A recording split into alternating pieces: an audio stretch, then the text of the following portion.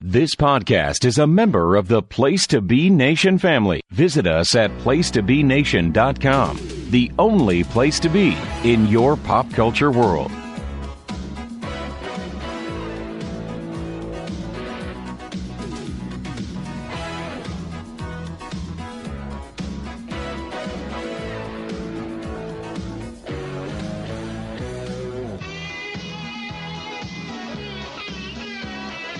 Place to Be Nation, welcome back to NWA Crock Roll. We are on episode number 11, and we are in the home stretch to Starrcade, where we're talking about November 85, Part 2.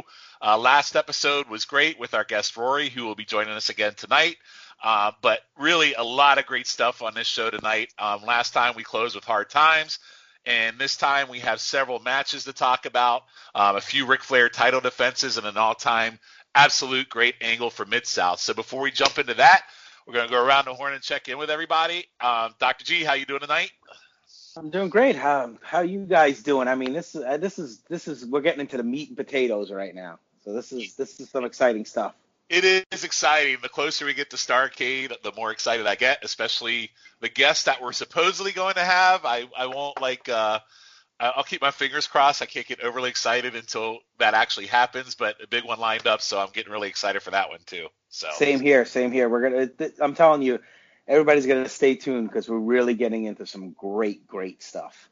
Yeah, we get an interview and we don't have to do no ad-free bullshit to get it. So anyway, exactly. All right, so Colum, how are you tonight? I'm very good, Sean. Thank you. Even better after hearing your an early doors Conrad slander there. It's wonderful. The who? The early who? The early Conrad slander from you. Oh, Conrad. Yes, that guy. Yes. The fat bugger for down south. No offense to Conrad, he does a fine show. Just we don't have to sell pills or spend money and do commercials or anything like that. We are here for your entertainment and ours only. So, but it's always great to have you here, Colum. So, look forward to talking about tonight after your incredible rendition of Hard Times last episode. That was welcomed with much endurance. So you did a great job. Oh, you're welcome, baby. I do it for the fans, Daddy. Maybe one day I get you to do a Wahoo impression on an upcoming podcast. Can you do that for us? Absolutely not. All right. And last but certainly not least, our rotating horseman tonight, and was on our last show, also very critically received. Several people said he added a little bit of class, which he seems to do on every pod he's on. Rory McNamara, how are you tonight? I'm very well, thank you, Sean. I just try to sprinkle a little bit of class, get it right everywhere I head. So let's see if my touch doesn't desert me for the next 2.5 hours. Well, let's hope not. I mean, we all deserve a little bit of class here and there. You are on with quite the rowdy bunch, and we are a bunch of rowdy bunch at Place to Be Nation, so it's nice to have a little bit of class within the ranks. So we are always welcome. It's an important role. It's one I don't take lightly. You should not. So, again, welcome back. So, with that, before we start, about a day or two after we recorded our last episode, we had an unfortunate death for Butch Reed, and the timing was really bad, obviously, because we obviously talked about a Butch Reed angle, and actually he's part of tonight as well, discussion. So I just kind of wanted to go around the horn and get everybody's thoughts on Butch Reed, your thoughts as him as a wrestler, as an individual, memories of him. I mean, I'll start with me. Honestly, guys, I had never watched any of this mid-'80s Butch Reed ever. My first Butch Reed interactions was when he joined the WWE as the natural Butch Reed with the blonde hair. I had no idea what his career was pre-WWE, so that was new to me. And then, of course, when he got into WCW and Doom, which is one of my all-time favorite tag teams, I actually got to see him live in person when they took on the Steiners at Capital Combat. So, and I also got to see him take on the Rock and Roll Express at Bash 90 as well. So, a lot of fond memories from the late 80s into the 90s with Butch Reed. His team was awesome with Doom. He had a fairly good run. Everyone we know about the infamous supposed Intercontinental run that he was supposed to have against my favorite wrestler, Rick Steamboat. But yeah, very solid wrestler. And as we watch this Mid-South stuff, pretty incredible legacy. So with that, I'll go over to Dr. G first. Thoughts on Butch Reed? Well, I with Butch Reed, I remember him from the Mid-South days. Obviously, everybody knows the WWE run, but I just remember him, the Battle of the Hacksaws with Hacksaw Jim Duggan. And when he came over to the WWE, I thought that was a great addition. I figured he would be, a good Intercontinental Champion, which we spoke about, that he had, had the possibility of being Intercontinental Champion and, missed some bookings or, wanted to take time off or whatever it is. But, I don't want, no sense in getting into all that right now. But I just remember him as being, one of those tough guys that actually could go. I mean, I thought he had a good match with Ric Flair. I think I thought he was pretty decent in the ring, and I do remember him from his Doom days. Probably wasn't long enough or long as it should have been, but I thought he and Ron Simmons were a great team. And it was kind of sad. It was kind of shocking because we literally, I think it was like either a day or two before when we recorded, and I couldn't believe that.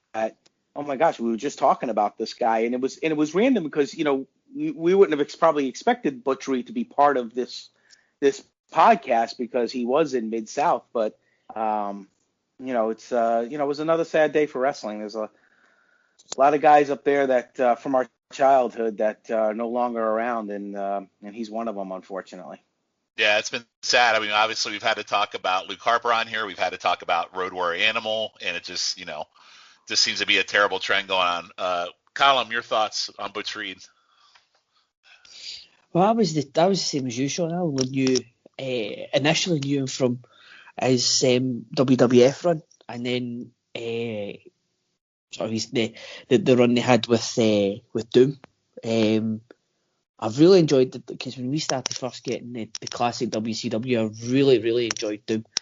Their stuff straight up my alley, but these last couple of months watching the stuff from Mid-South has really opened, and I'm watching it again today for the stuff we're going to be talking about tonight. Really opened my eyes to these guys who might have been nothing in not nothing in the WWF, but just reduced to being mid-carders and then top of the card when they went to specific places.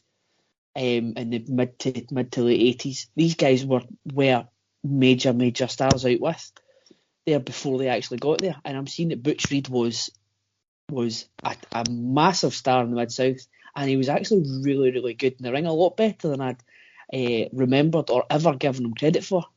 And it's just one of these things, like you hadn't heard from him in a while, and then you heard that he'd had his health issues, and then obviously just after we recorded the last time, you hear the news that he'd passed away. It's another, as G said, it's another tragic story from a guy. I mean, he wasn't even an old man in relative terms today. So it was again just really, really sad to hear. Yeah, definitely sad. And the one thing I will say is I literally yesterday I started doing a Mid-South watch. From the start, and the main reason I did that is because of stuff we've been watching on this show, and Butch Reed's been a big part of that. So, definitely a big influence on the industry over the years. And Rory, last but not least, your thoughts on Butch Reed? Yeah, when somebody passed away in their mid-60s, it just gets you. It really does. It's no age whatsoever. It really, especially when it's somebody you haven't heard about for a while, and you always, when somebody who you've known and you've spent a lot of time watching it, even somebody like me who wasn't watching at the time, and my real experience of Butch Reed came many years after he'd retired. Just the match like Halloween Havoc 90, for example, I've seen that Doom tag team match many times. It made my GWCW list. I think it's fantastic, and as it should. You watch it, yes. You watch it over and over. Quite right. Watch it over and over, and you almost feel, it's a ridiculous thing to say, you feel like these people are with you. They're almost part of your routine, especially pro wrestlers, because it's something we do, something very insular, something we don't really share with many other people other than media like this, which is fantastic. So when somebody from that circle does pass away, especially when you haven't heard them mentioned in any way, shape or form for a long time. It certainly, from my perspective, it strikes a chord, and a very minor one, I'm afraid. Obviously, not anything remotely close to what his family must be going through, especially the comments they've made about this. And it looks as though, sadly, his death was related to this wretched disease that is still very much with us at this time. It's all just desperately sad. But podcasts like this, and obviously things like the WWE Network as well, mean that his very best work will live on forever, and that's definitely more than a shred of comfort for us all. But very, very sad news indeed. Absolutely. So I will definitely. I look forward to actually hoping seeing more of Butch Reed as I go through Mid South and watch that back on my rewatch. But rest in peace, Butch Reed. Very good legacy in the industry, and like we said, unfortunately another great that's passed. So all right. So with that, let's kind of get out of that funk a little bit, and let's talk second half of November 85 Crocket. So we're going to jump right into it. Our world heavyweight champion, we'll go run down the list, is still Nature Boy Ric Flair. U.S. champion, still Magnum TA. The tag and six-man tag team champions are the Koloffs. The national tag champions are the Andersons. The Mid-Atlantic title is vacant. Like we discussed on the last episode, we will see Sam Houston face Crusher Khrushchev for that title at Starrcade 85. Our national champion, unfortunately, is still Terry Taylor after that last promo we talked about on the last episode. And the TV title is vacant, contrary to what Arn Anderson wants everybody to leave. So that's kind of where we stand right now. We finished last episode, like we said, with hard times. And now we're going to jump into the second half of November 1685. So we're still on World Champion. We're going to go to World Championship Wrestling.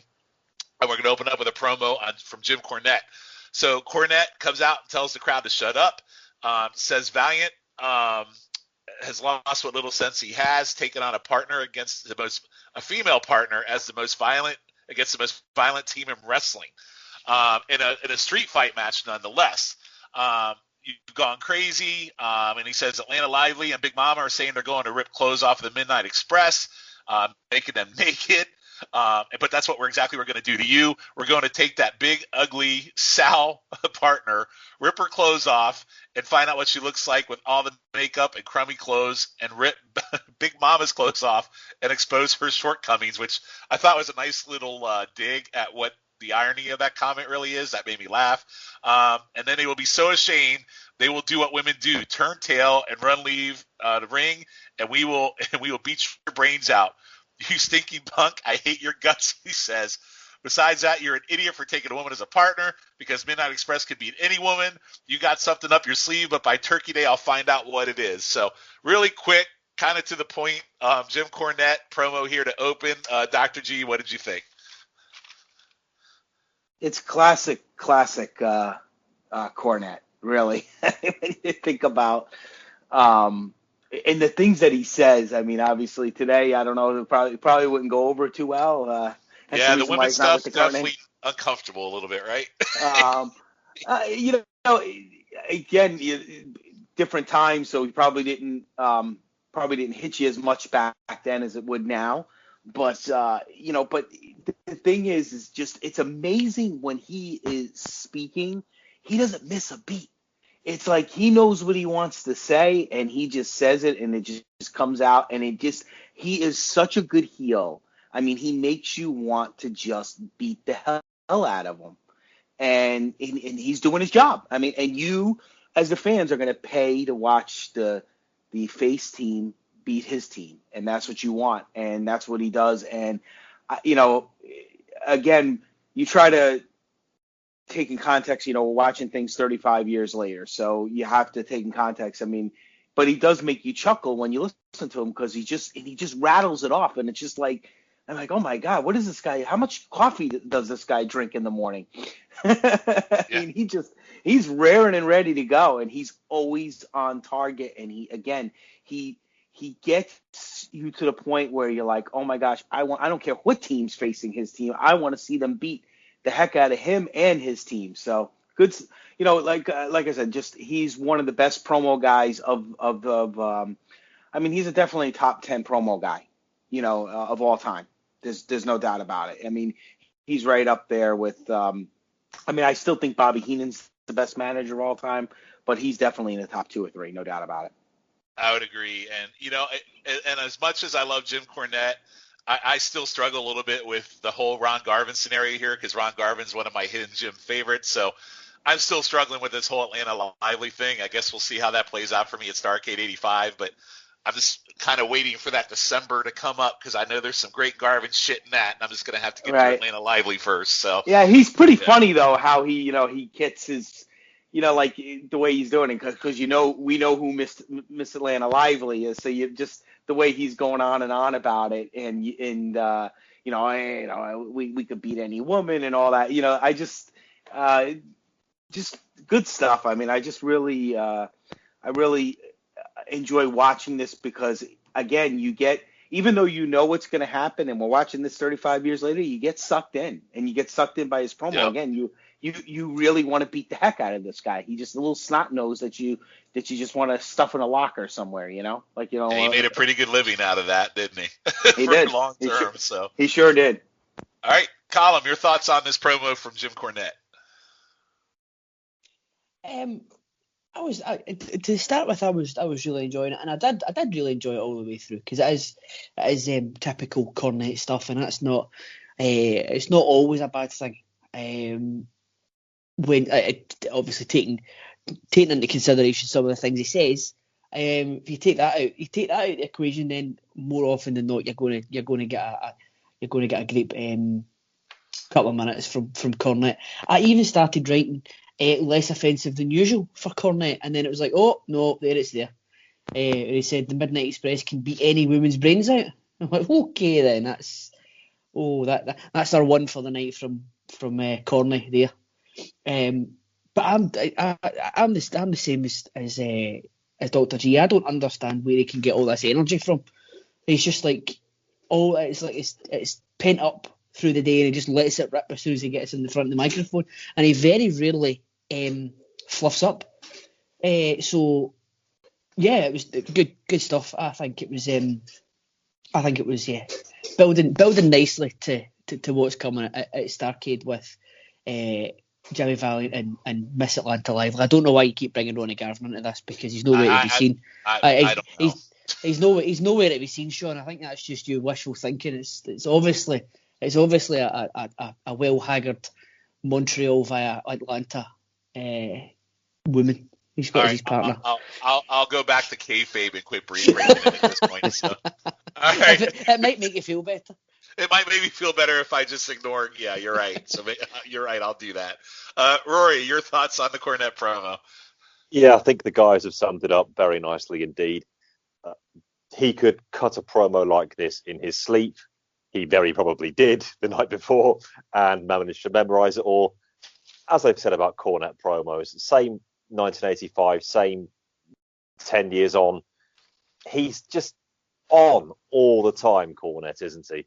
And his sheer love for the fact that, and in his head, it is a fact that pro wrestling should still be like this. When you see some of the references that come up in these promos, as we discussed last time, we're glad that those have been left by the wayside.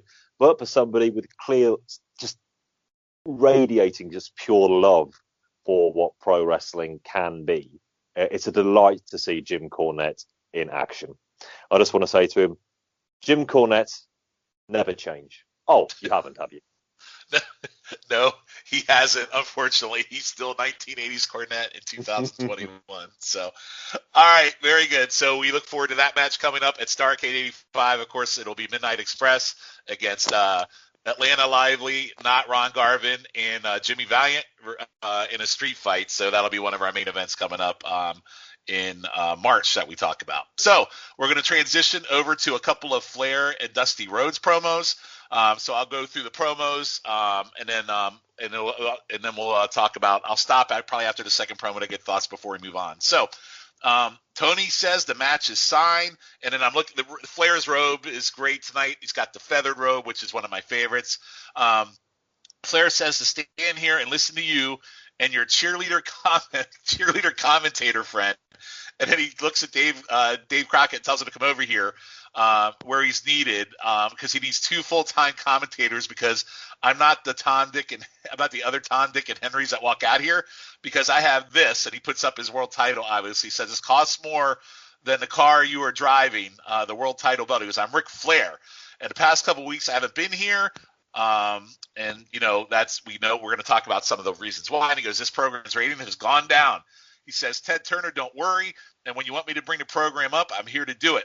They tell me Dusty Rhodes is playing himself totally recovered and ready to take the world title. And then they show video of the cage match. And Flair says, glad people can see firsthand why Anderson's and I are the 3 greatest wrestlers alive today, whether people like it or not. I'm the man that put Rhodes in a knee-high cast, sent him home wondering if he would ever wrestle again.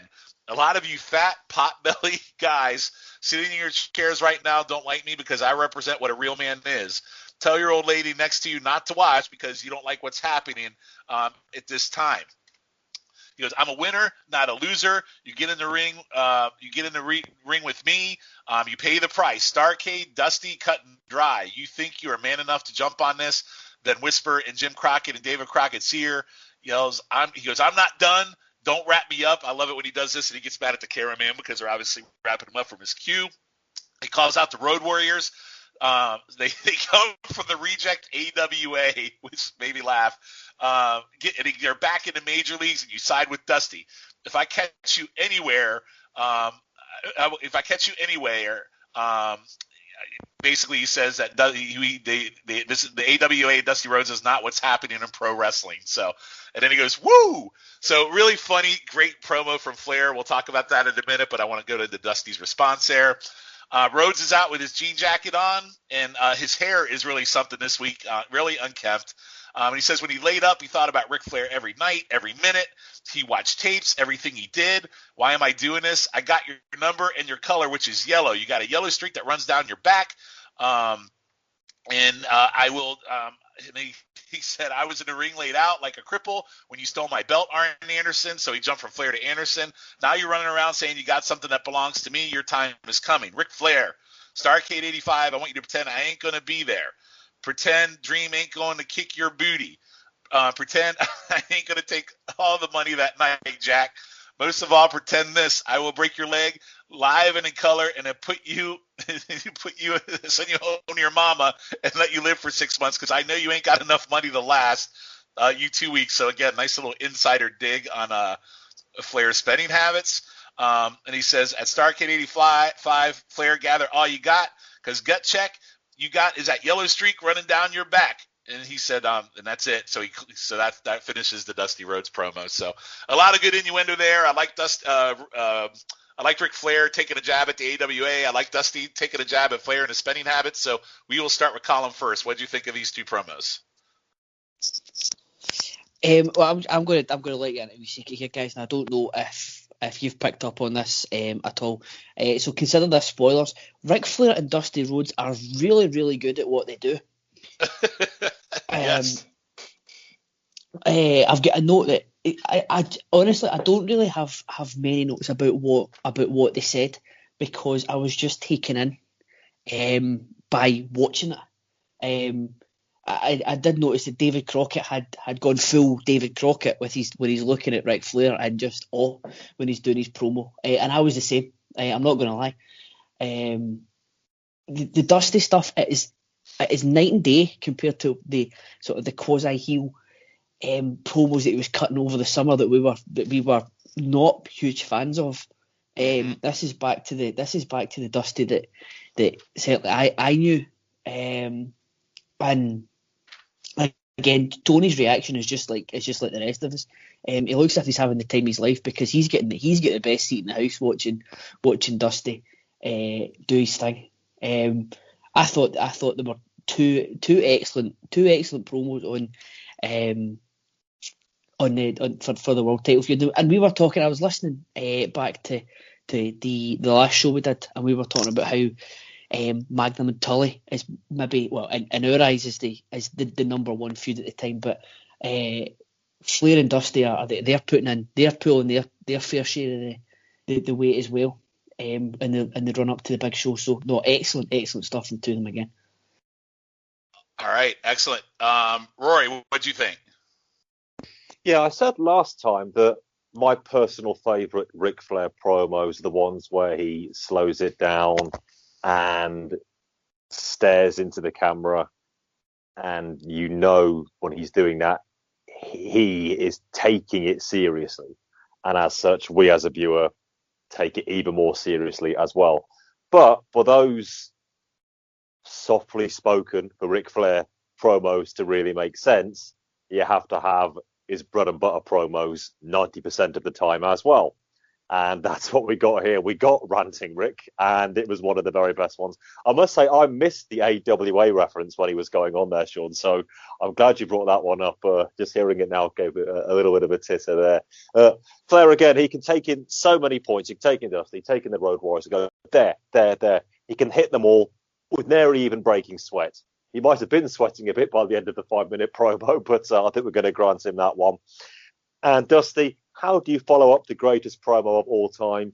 You just cut a bog standard one, which is better than anybody else could, 99.999% of anybody else could do on their very, very best day. I think Callum's right. And just to back him up on here in case he thinks he's out on his own with such an opinion, Callum, I think it could just be me and you against the world here, but let's see what we can do. These two are very good. They both, these guys are very good. So very popular opinion, I think, guys. Dr. G, what did you think about the Flair and Dusty promo? There's not much I could say much more than with Callum and Rory and yourself said that. I mean, this is, and I do love, by the way, I did catch on to that AWA reference, and I thought that was great. Flair loves to throw his little digs here and there. I love it. It's awesome. But this is vintage Dusty and Ric Flair promos right here. This is Dusty is back to the Dusty we know. You're right. He was a little off for him. I mean, listen, still his promos were good, but for him, it wasn't what we were totally expecting. He is on. I mean, now that's it. The hard times came, and boom, it's just. And even like Rory was saying, even when he's, just it's more of a standard promo, it's still better than 99.9% of what's out there from anyone else. He is just so on, and this is the Dusty that I grew up loving, and that's why he was my favorite wrestler at that time. And Ric Flair, what could you say about Ric Flair? I mean, come on. I very rarely misses a beat. The only time I'd say I really didn't enjoy some of his promos is when he did some of the Mid-South stuff. I know when we were watching some of that stuff, I would watch some of the rest of the show, and I would see, and he just never seemed 100% comfortable there. But when he's in Crocket, there's nobody better. He and Dusty are, 1 and 1A. There's nothing much more to say about those guys. Yeah, I'm kind of with you guys on the Dusty thing. Like, Dusty's had some rough promos. Like, when we started this podcast, he was doing the whole gorilla thing. God, that seems so long ago, right? But he was doing the gorilla thing, the cage thing. Then he's had some uncomfortable promos. He's had some promos where he felt like he was drunk. He wasn't all there. He's just babbling. And I feel like he's really starting to hit the home runs, to your point about the Dusty Rhodes that we know and love. And I feel like that's finally what we're starting to see after wondering, man, was he always like this where he just rambled a lot and then had the occasional good promo? This is like the Dusty we've been waiting for, and I feel like he's bringing the goods now. And Flair always brings the goods. You're right, though. When he's in other territories like Mid-South and whatever, it's almost like he's playing a certain role because he knows he's going to be gone the next day, right? So exactly. Yeah. That probably adds a little bit of a different element.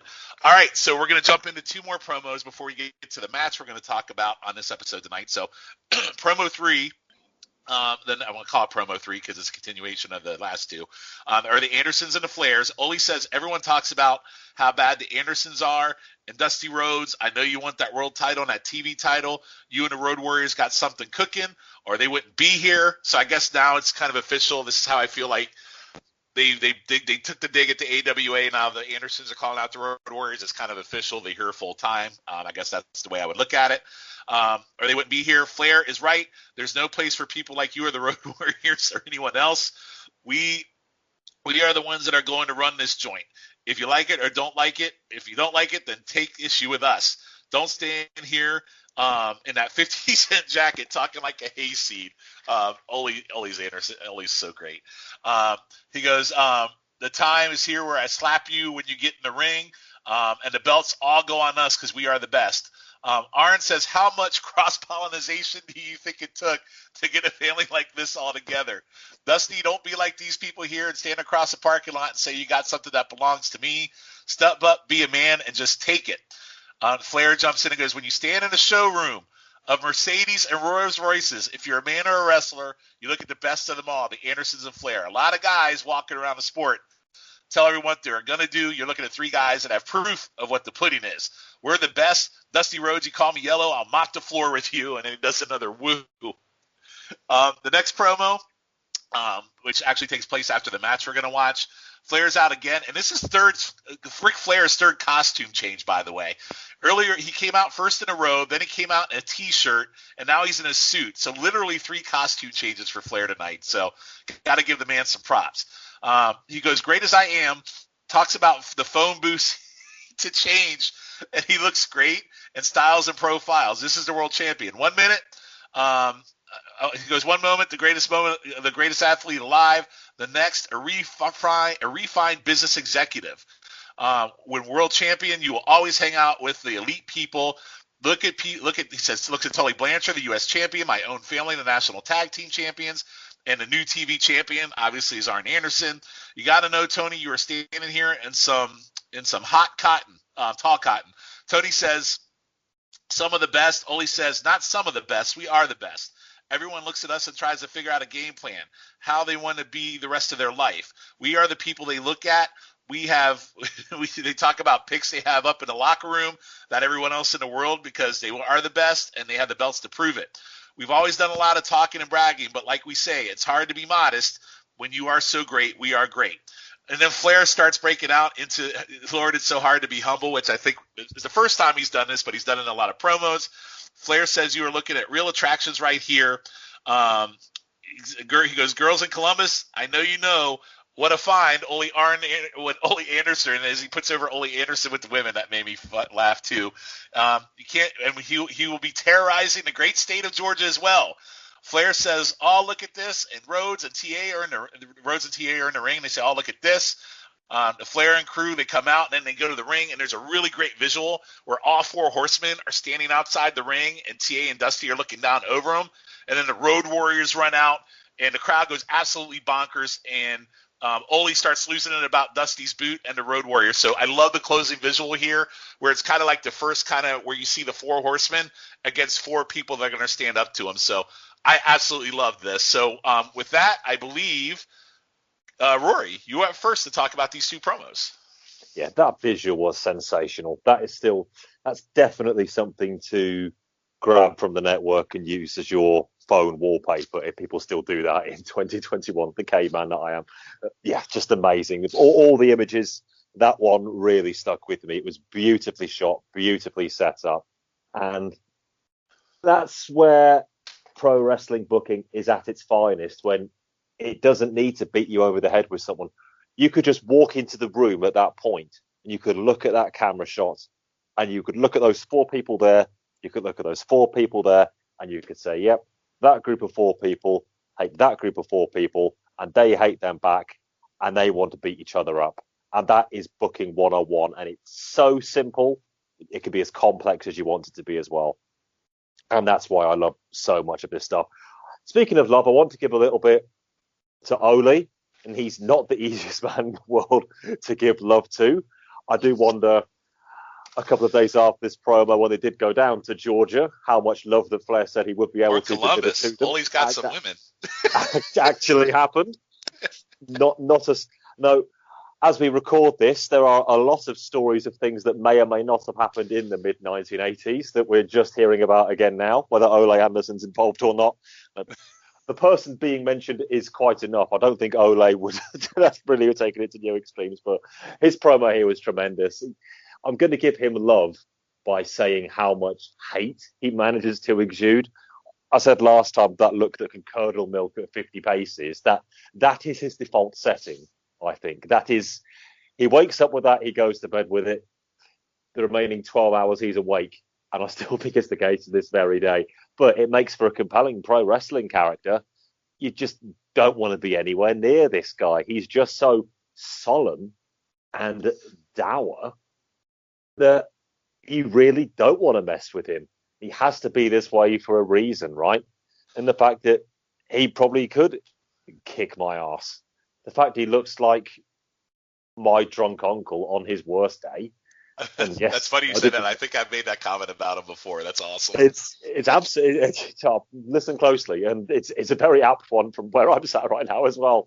I'm sure my family members aren't listening to this, though. Despite, or maybe because of that, you're gonna want to give this fella a wide berth. So yeah, props to Ole in this one, but again, what a final shot. Yeah, a great visual. And, Ole Anderson, I guess the way I would sum it up with Ole is, if I were a kid, I would not want to lose my Frisbee in his backyard. That's how I think about Ole Anderson. So, all right, Dr. G, your thoughts on these two promos? Well, I mean, yeah, I agree with you about Ole. Ole, like I said, I guess I didn't give him as much props when I was younger, probably because he did probably scare me as a kid, the way he acted. But, he really did do a good promo. I mean, again, because we know so much about these guys, off air or, in real life, more than we did at the time. So sometimes it kind of fogs up your thoughts of what you feel about what they're doing. I'm trying to just put that away now and just watch this with an open mind and realize, wow, he was really good. And I could see, because I never understood why was Ole Anderson, well, I guess because he owned the company, he owned Georgia Championship Wrestling. Maybe he made himself. What was the thing about Ole that, that kind of made him, a top guy in the territory that he was in? But now I'm starting to see why, because he's actually pretty talented. And he actually, if he really was a nice enough guy and he took some people under his wing, maybe he did take, I think Arn does not have too many bad things to say about him. You could really learn a lot from him. So, and, I was going back to Ric Flair when you're saying his wardrobe changes was probably because he came in with his robe on with nothing underneath it, probably from the night before or the morning before or an hour before. Well, I certainly hope so. That makes it even better. So he probably, so he got to that point. He got there. All right, and then I'll go change, get a T-shirt, and then he just did his progression for the day of what he normally would, but he just did it on air. The face off with the 4-on-4, freaking awesome. I mean, that's just total perfect theater right there. That's like, good versus evil. We almost like two gangs going at it, staring each other down. Love it. That's just a great visual right there. And I agree with Rory. That's actually a great, either screensaver or, picture on your desktop. It's perfect. I love it. And think about the legacy it leads to, the first War Games. I mean, there's such legacy in that picture. It's, it's still years away. It's just amazing. They book these things and it's simple booking. It's nothing. You don't have to overthink it. And that's what's so great about it is that they realize, and you got the perfect, what's the best part of it is that people were coming around so much on the Road Warriors that this kind of also cemented their, even though they kept saying, we don't really have any friends, that whole deal, that they were always saying. But just to see them standing together with, with Dusty and Mag, like it made them feel like, wow, this is, even though we say we don't have friends, we hate those guys more, so we're going to join the faces. And people wanted to cheer the Road Warriors. That was the thing. So they did it perfectly in the way they kind of just like slid them right in there, kind of casually, right into the whole picture. Well, I think it's kind of cool that we've talked about the Road Warriors several times on this podcast, but here we are in November. It's kind of the official. They're with Crocket now. They're gone from the AWA. This is kind of like, we're here as one of your main characters, and they put them in this main event angle right out of the gate. So, because clearly they're not dropping the AWA, they dropped the AWA belts at this point. And again, I love Flair taking that dig at the AWA because it kind of cements the Road Warriors are here with the big dogs. So I really did like that. All right, Colin, wrap us up. What did you think of these two promos? Column. Oh, I bloody muted myself again, didn't I? You sure did. I was saying another excellent couple of promos for these guys. I mean, anyone who's listened from the very start, first of all, thank you. Second of all, will know that I gush on a monthly and now bi-monthly basis about how good the Andersons are and Ric Flair and everybody in this segment is. So this month isn't going to be any different. They talk about Ole being people don't realize, or we've not realised how talented he was. It reminds me of he seems like a type of guy who, I think I've said this to you, Sean, and you, Dr. G, before. He's the type of guy that I think I think he's so miserable because he expects everyone to be as good as him. And not everyone is going to be as good as Ole. So he has got no time for people who aren't to his level, which might be why he's a bit of a miserable bastard. I like him, Rory. You'll get this to Roy Keane. He's never the best coach because Yes. he's never the best coach because he cannot take guys who can't come up to his level. But my God, the eight guys involved in this can come up to his level, or the 7 other guys can come up to his level, because that shot at the end when the eight of them faced off against each other, just sign me up for that 8-man tag right here, right now, because I've put a note. I'm going full David Crocket thinking about it. It's just as you say, that's a picture to tell 1,000 words. But also get chills the first time that when Ric Flair brought on the Andersons and Tully. Because correct me if I'm wrong, is that the first time that we've seen the 4 of them in the same shot? I think that's the first time. I actually think you're right. I think that might be the first time we've seen the 4 of them as a collective group. Yes. So I don't know if it was because where I sit and do my notes is right next to the dining room window. I don't know if I get chills from the draft coming through that, but it would be. It's not a coincidence that I get chills as soon as I see that picture of the 4 of them coming together for the first time. Just excellent stuff again. It's crazy. So you could just add this to the list of iconic that we've had in these 2 episodes that we've done in November. You have the 4 Horsemen mentioned. You have the Hard Times. You have this. I mean, there's so many iconic moments just in like the month span going to Starrcade that if you're a wrestling historian, you can just go back and watch the month of November, and you're going to learn a whole hell of a lot about Crocket wrestling just watching this 1 month. It's pretty impressive. And the thing about everything is that we, like, Hard Times was just, there was no big build up to Hard Times. It was just Dusty Rhodes is going to have a promo, and off the cuff he comes up with this legendary thing that people talk about 35 years later. The 4 Horsemen coming onto the screen for the first time wasn't built up to be anything big. It's just happening naturally as part of their story, and it's so organic, and it's so good. Yep. So with that, we are going to end our watch of World Championship Wrestling with I think it's a treat, and one I didn't expect to see. When I turned on this episode, I'm like, oh, shit. So we have a 6-man tag with Flair and the Andersons taking on the aforementioned favorite wrestler of Sean, Ron Garvin, who is not Atlanta Lively, the aforementioned Boring Terry Taylor, and Pez Whatley, who, Pez Whatley becomes kind of more of a Crocket staple in like 86. But I would liken him to a Sam Houston, who he's a solid hand in the ring. So we'll see a lot more of Whatley as we go, but I think it's a pretty solid 6-man, and this is pretty exciting to see. You got your national champion, your world champion, and your national tag team champions against Garvin, Taylor, and Whatley. So I like, we'll start off. Arn is totally talking shit about all this in one family, so he's continuing from his promo. And it's weird because Paul Jones is out there, and they give their belts, and he gives the TV title to Paul Jones to take back to the dressing room, which I thought was pretty random, Paul Jones being out there. Ole and Arn tag in and out, tangling with Whatley. There's a funny spot where Whatley and Arn, they mat wrestle, and Whatley goes to the ropes, causing Arn to fall out of the ring, and the crowd went absolutely bananas for this.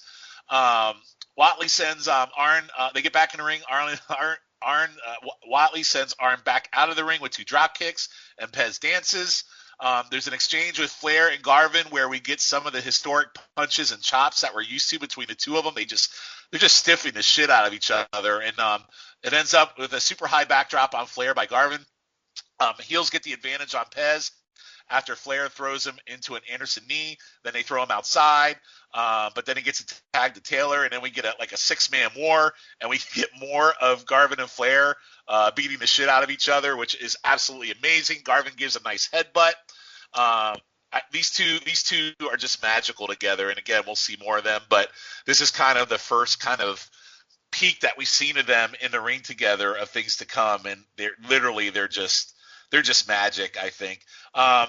Later on, Flair gets thrown by Garvin off the top rope, and he tags Taylor, and then he goes to town on all 3 heels. David Crockett strokes out with multiple look at him. So it's like the baby doll. She likes it, except this time it's the multiple look at hims.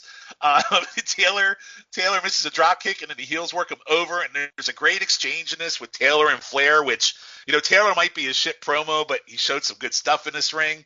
The Andersons look great as well, working Taylor over and just quick tags. Flair misses a knee drop, and Taylor gets a figure 4, but it's broken up by Ole. Taylor finally tags Pez, who goes crazy on all 3 heels. All 6 men end up in the ring. Flair from the outside trips Pez. Arn hits an elbow, and Arn covers. And then we get the cover while they're holding Pez's legs down for outside for the 3 count. This was a fantastic 6-man, great face versus heel battle. David Crockett completely freaks out on Flair for the cheat win, but I gave this match 3.25 stars. I probably could have gone higher, but I definitely needed some 6-man Flair and Andersons versus Garvin, Watley, and Taylor. So with that, I will go to Dr. G first with your thoughts on this match. Well, I think I didn't go as high as you did. You're crazy. But I definitely went 3 stars on it. But I enjoyed it. I love anytime you can watch Flair and the Andersons work together. Why not? And I agree. Pez Watley, I kind of liken him a little bit to like the SD Jones of NWA kind of thing. Just a really good hand in the ring. And I know he did have a little bit of a run, some maybe 86 or 87. 86, 86 is probably his big run. Yeah, when he has like the mid-card run. And, Terry Taylor's Terry Taylor. The guy does nothing for me. I don't, whatever. He's not bad in the ring, but he is. No, he's not bad. Yeah. But I, of course, Ron Garvin, I respect Ron Garvin a lot. So just good stuff. I mean, I just, David, it's funny. He gets criticized so much, but he does add to the match. He kind of adds to that, like, time.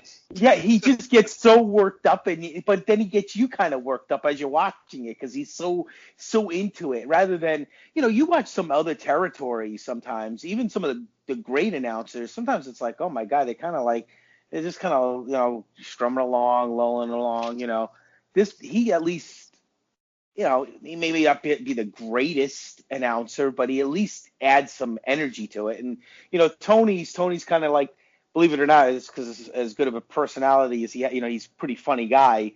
When you hear him, especially like on his podcast, he is pretty funny guy, but he's the straight guy. So he kind of keeps it all in perspective, keeps everything flowing, the traffic cop. But David Crockett just goes off and, that's why sometimes it's so hard to get the Crockett stroke out moment because he does it, at least in our watches, at least 2 or 3 times. But no, I enjoyed the match. 3 stars. I think it was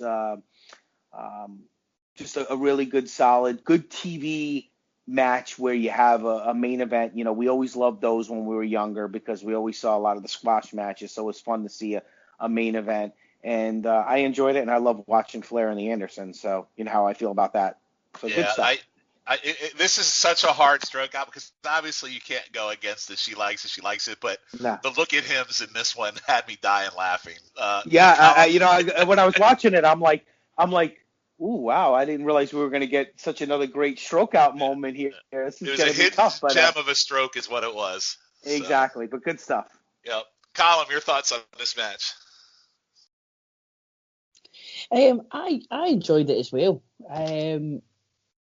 Did I miss something as to why Garvin was back? Because I thought, like, the last we saw him, he lost a loser leaves town. Well, he has been back, but he hasn't really been shown on TV too much. He came back in the summer. Yeah. All right. Okay. We haven't seen him since. Kayfabe. Right. Okay. Because I've just got here Flair versus Garvin early doors, and Sean is a happy man. Yes. The best part of the match is obviously when Flair and Garvin are, because as you testify to, Sean, they do have excellent chemistry, and they are excellent in the ring together. But I did think that Terry Taylor's parts, as much as I have not been a massive fan, and I've been quite vociferous in my hatred for Terry Taylor so far, he is good in the ring, and the parts where he was in were really good as well. So I did enjoy the match. I rated it 3 stars, the same as G, but it doesn't take away from the fact I think I enjoyed it more than I thought it was a good match, if that makes sense. So obviously I've not rated it as high as yourself, Sean, but that's probably because Garvin's in it. There's a good chance I overrated it too because of the initial Flair Garvin, and that's kind of like the little appetizer for what we're going to get in December, and I probably might have stroked out a little bit myself for that. So it could possibly be very. I think I enjoyed it, but as I say, I think I enjoyed it more than I thought it was a good match, if that makes any sense whatsoever. No, it does. It was one of these things that myself and Rory and Ben talked about on our GWW countdown, where it was like a 2 3/4 3-star match, but like a 4.5 star package sort of thing. So I really enjoyed it. Okay. And Rory, what did you think of this match? Sean liked it. He liked it. Yeah. He liked it. Whoa. So did I as well, Sean. Just as much as you, I also awarded it 3 1/4 stars. So never mind about those 2 killjoys. Good man. We're going to quibble over 1/4 of a star like all good internet wrestling fans. No, this was so much fun. Everybody got a chance to shine, even Terry Taylor. But I was also struck, and I choose that word advisedly, by the quality of the Flair Garvin exchanges here. They, in every literal and metaphorical sense, just lit it up when they were in the ring. They completely went for it. No quarter asked or given. And it really just made me want to jump ahead a couple of years and fire up Starrcade 87. Another match that made my GWCW list, by the way. And again, as I'm sure Sean is about to say, so it should have done. I think I ranked it in my top 40, actually. Yeah, it should have been. There we go. Just thinking about that match now, this 6-man tag, without making recourse to my notes, I don't remember a massive amount about it other than that I enjoyed it. But if you've got just those 2 or 3 minutes of Flair and Garvin knocking 14 bells out of each other, you can't ask for much more than that on your weekly television show. So, yeah, this is one to definitely check out if it had passed you by, which had me beforehand. But even if you just watch the Flair and Garvin stuff, you're in for a treat. It's the stuff that nowadays, 5 years ago, I probably wouldn't have given this much of a second thought, but my own personal journey, as you have to talk about, I could just watch those smack each other up all bloody day. Yeah, well, make sure you when you make sure you listen to December's episode, because there's a Flair Garvin treat in the last World Championship Wrestling in December. So we'll just leave it at that. Yep. All right. So that closes out World Championship Wrestling. But before we go to break, just like we did last week, we're going to head over to Mid-South, because this wasn't the only Ric Flair match that we're going to get tonight we just talked about. We actually have 3 more Ric Flair matches. So earlier on, he referenced that he hasn't been around, and now we're going to start getting into why. So we're going to head to Mid-South, same weekend, and Flair is out to cut a promo. He's out with Jim Ross, And Jim Ross asks Flair to step in and brings up last week's match with Butch Reed, but tonight he will face Ted DiBiase. Flair asks, where's the crying towel? Everyone's crying about what me and Slater we did, and breaking my heart, Butch Reed can't be with us tonight. JR, you were right. DiBiase has a shot and opportunity to get his ranks into history. Dick Murdoch comes out and says, I respect you in a North American heavyweight title, but a crying shame that DiBiase was picked as your opponent. It should be me. Flair says, you'd have to, if you don't like it, you have to talk to Bob Geigel. It's not my problem. We come back from a commercial to start our title match, and DiBiase's in the ring. Announcer actually makes the announcements and intros of Flair and DiBiase, but Murdoch tells Ted to step out of the ring. I got you into college wrestling, everything you know. You turned out to be a great athlete, but you don't deserve this shot. So step out. I'll handle Flair. DiBiase said he's held the North American title more than anyone in Mid-South, including you. Today is my day. And so this is really where it goes south. He goes, you are yesterday's news and headlines. And Murdoch all of a sudden attacks DiBiase. Flair then attacks DiBiase from behind, sending him out to the floor. And Murdoch sends DiBiase to the ring post, busting Ted wide open. And there's just a sick amount of blood out on the floor. Flair takes the mic and says it's a tragedy, but appears Ted had an opportunity, and his head is somewhere else. So I'm going home. I can look without breaking a sweat. And we go later into the show, and Watts said DiBiase being attended to. There's a problem stopping the blood, so they're putting a pressure bandage to his head. So, I like this commentary where Watts makes the comment pressure bandage to kind of say, hey, we got to stop the bleeding. So just a nice little touch there on the commentary, I thought. DiBiase demands his title match with Flair. He's taken a year to get it, and Flair will use this as an excuse not to defend it against him. Watts brings up Durant Leonard, I guess, which was at the Superdome, and he quit for a stomach ache. DiBiase is not going to quit for this. So, and I respect DiBiase for that. So we will get the title match. If bandage comes loose, could get gory. So use parental discretion. Let the children watch or weak stomach. No stopping for blood. So we had this great, huge build-up, and it's kind of like I love that Flair's been here 2 episodes in a row, and he's had his own little mini feud here. So we had Reed last week. Now we have DiBiase, and he's a part of this, what appears to be what will be an all-time angle for Mid-South that is actually pretty legendary. So we go to Flair versus DiBiase is the match. DiBiase's all bandaged up in a bloody mess. Flair attacks with chops, throws him out of the ring, more chops and punches back in the ring. Same. DiBiase reverses an Irish whip into a backdrop. He does an elbow, dropping fists and stomps. Flair hits some chops. Ref checks Ted, and he's just a freaking bloody mess. Flair pushes the ref out of the way, hits a back suplex for 2, then throws him out of the ring again.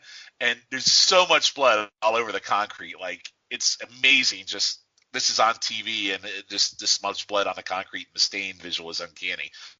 Dr. Death comes out as Flair works Ted back in the ring. DiBiase and Flair trade blows, but Ted knocks him down. Irish whip, and over the corner, DiBiase staggering, selling the blood loss, which I think was really good selling by DiBiase. He suplexes Flair back in for 2, and again, DiBiase is just a mess. Later on in the match, Flair is now bleeding red from all. I think Flair's hair is bleeding. However, I think it's more Ted's blood than Flair's. So I'm not sure if Flair actually got busted open. Flair takes DiBiase down on a whip into the corner. DiBiase gets up and throws Flair off the top rope. The ring is now stained as well as the floor. DiBiase hits a power slam, but he is too weak to cover. DiBiase atomic drops Flair for the knee in a figure 4. Flair gets to the ropes. DiBiase goes for another figure 4, but Flair kicks him off, sending DiBiase over to the top rope and the concrete. And JR, I mean, I can't undersell how great Jim Ross is on this commentary. His energy's great. Ref counts to 10, and Flair wins. Murdoch comes out and attacks, and DiBiase, and then he brain busters him on the concrete. And I've got to say this about Dick Murdoch. His brain buster always looks so realistic. Like some of the brain busters you see, like Jimmy Garvin, looks like it's a suplex and it doesn't even hit the head. His Murdoch's brain busters are so spot on. So then we go to the aftermath, and we go later in the show as everyone's attending to Ted. The situation is serious, so we'll try to schedule Dr. Death versus Jake Roberts at a later date, which was supposed to be the next one. They say cranial spinal concussion, so good wordsmithing on this. He's unconscious and convulsing, and basically this ends up. So what an amazing little hour of TV with the build, the match, and the aftermath. Flair's going to go on his merry way to Starrcade. Now you have Dibiase and Murdoch set up as a future feud, and Jesus Christ, was Flair a busy man in November. So I believe up first is Callum. Talk to us about this whole thing with Flair and Dibiase. Well, this whole thing was excellent, wasn't it? Amazing. Outstanding. So the first thing you see is the guy coming on and goes, this is rated TVMA. Please use discretion when watching it. I'm like, why is this? It's like you never see this on the network. So I go along and I make a wee jokey note here that says Joe Watts looks like a golf commentator, and I'm expecting him to give us an update from the 14th fairway any time now. And then, my God, does it take a turn from that wee jokey note there? Because my next note is, I take it this blood is the reason for TVMA. That is horrific. It's like, how do you? So I think they said at some point that they're in a boys' club for the TV taping. And how do you explain that on a Monday morning? That there's just this pool of a man's blood where he could have died is just right there when they come in on Monday morning. I had a note that, so something that puzzled me was, obviously they had Dick Murdoch coming in trying to challenge Ric Flair. And obviously he's got the history of being Dusty Rhodes' tag partner, and I thought that they might have been playing into that. It might have been better for them to play into that to make him sound less condescending towards Ted DiBiase, going, "You're not going to be able to do this." Mm-hmm. But I don't know if that was the done thing at the time. Given that Starrcade was coming up, maybe Mid-South weren't involved in that. I don't know. I don't know the context around that, but I thought that might have been an angle that they were going to go down. But I'm glad they didn't, because the whole thing was excellent. I only know Ted DiBiase as being the $1 Million Man, so to see him like this was completely new to me. Obviously, I knew he was a big star before that, but seeing him wrestle as like the underdog babyface was a complete breath of fresh air for me. And then you've got Eddie JBL levels of blood and gore, and I can't say enough about it. I went for the match. I went 3 1/4 for the match. Because I thought it was excellent, the story that they told, and it was brilliant. And the aftermath of it, Joe Watts, right immediately after the match, looks as if he's going to cry because of what he's seen in front of him. And as much as I thought he looked like a golf correspondent before, he's a low-key MVP for me in this whole thing, for that report that he did after. Talking about the spinal concussion and all that sort of thing. He really played up how serious it was. And then they say that we were going to bring you Dr. Death Steve Williams against Jake Roberts, but we can't. This is more important than that. And you're like, wow, they're treating this with so much importance that 2 of their biggest stars were going to face off, but we're not going to see that. They'll rearrange it at some other point, because this is their number one priority just now. Yep. The whole thing from start to finish was so good. I cannot speak highly enough of it. Yeah, it's an all-time legendary feud from Mid-South, this whole setup. And, here a couple other things I'll add. I also went 3 1/4 on it. And it got me thinking about, this is what this and the Reed stuff was what's getting me going to look at Mid-South again. So if you go to the network, Mid-South starts in 1981. Ted DiBiase is the North American champion on the very first episode in 1981. So he's had it so we're in 85. So this is a 4-year run he's had. So there's a whole lot of other DiBiase to watch on the network that has just kind of opened up a treasure chest for me to go back and watch. So that's why I like watching this stuff, because now I can go back and watch the build full on. And what a great use of your world heavyweight champion, right? Ric Flair is here. They use him for a world title match. They use him for a great angle. They did a great angle with him last week. It made me think. Like, I recently had to watch Rock versus Hulk Hogan for chicken salad, and I thought to myself, what a freaking waste of bringing The Rock in just to sell Hogan and Vince McMahon for the pay-per-view for WrestleMania. This is how you bring in a star, and this is how you utilize them. You build a feud, you have a great match, and when you leave the territory better with a freaking hot feud. So, anyway, Rory, your thoughts on this? Yeah, on the second edition of Mid-South that is on the network, Ted DiBiase actually commentates throughout that one. And Correct. yes, he is better. He is better there than he is at Sold Out 97. Yes. Not Rumble 94 though. That is gold standard with the headset. Anyway, I digress. Yeah, I'm with Callum. When I fired up this edition of Mid-South and I was greeted by the TVMA greeting, I did check that I hadn't flicked onto one of the ECW presentations from 1995 or something, as that's where we normally get treated to those. So I thought, okay, maybe now we'll get a presented in its complete form disclaimer as well, which normally means they've edited out something quite nasty. But if there was something edited out of this, then I'm not sure I do want to know what it was, because, yeah, this was in a very literal sense, close to the bone, wasn't it? Or indeed very close to Ted DiBiase's cerebellum, with all the blood that we saw pouring out of his head. This was extraordinary, and I wasn't prepared for it, which just made me all the more rapt for it. Maybe you could call it bloodlust if you like, I don't know.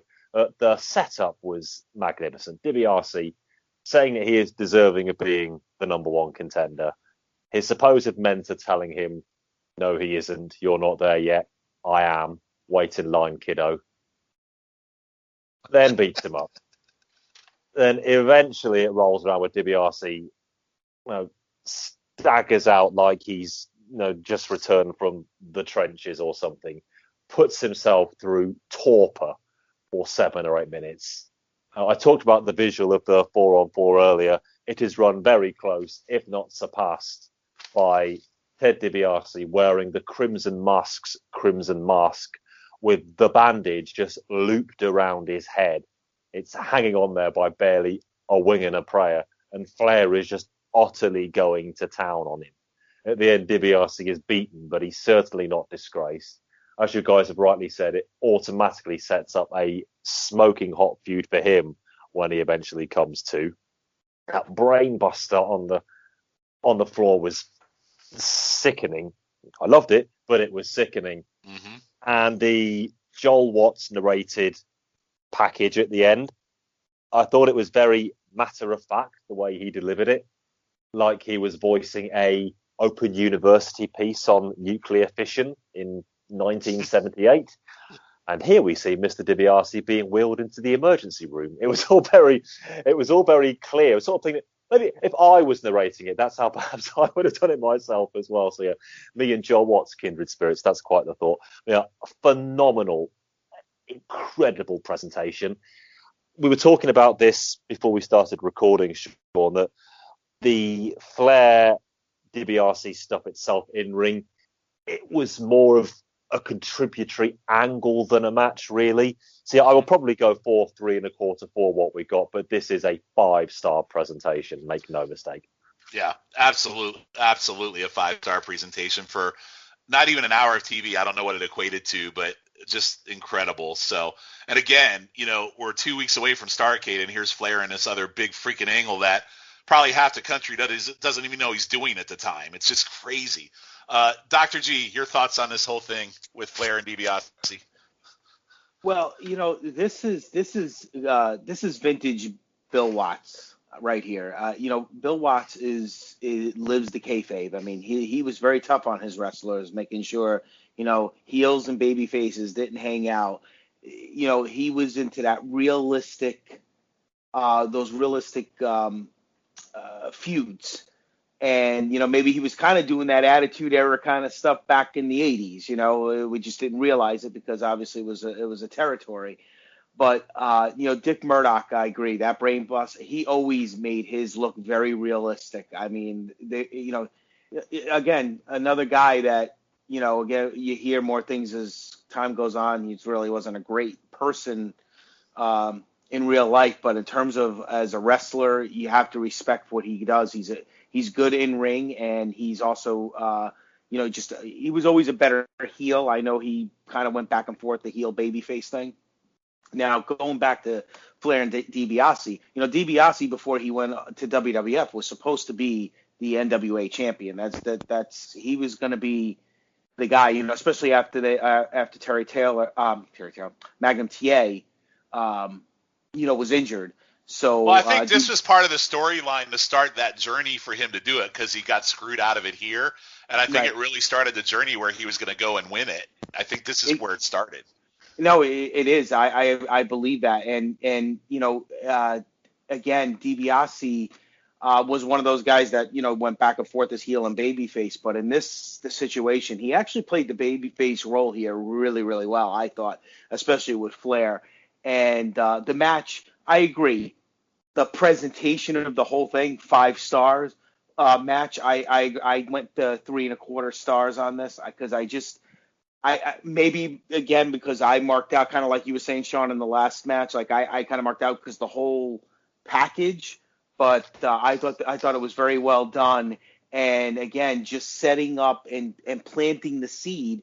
And again, it would have been interesting to see if DiBiase did not, kind of like how we say about Magnum TA, if DiBiase didn't go to WWF, like would he have made a good world champion?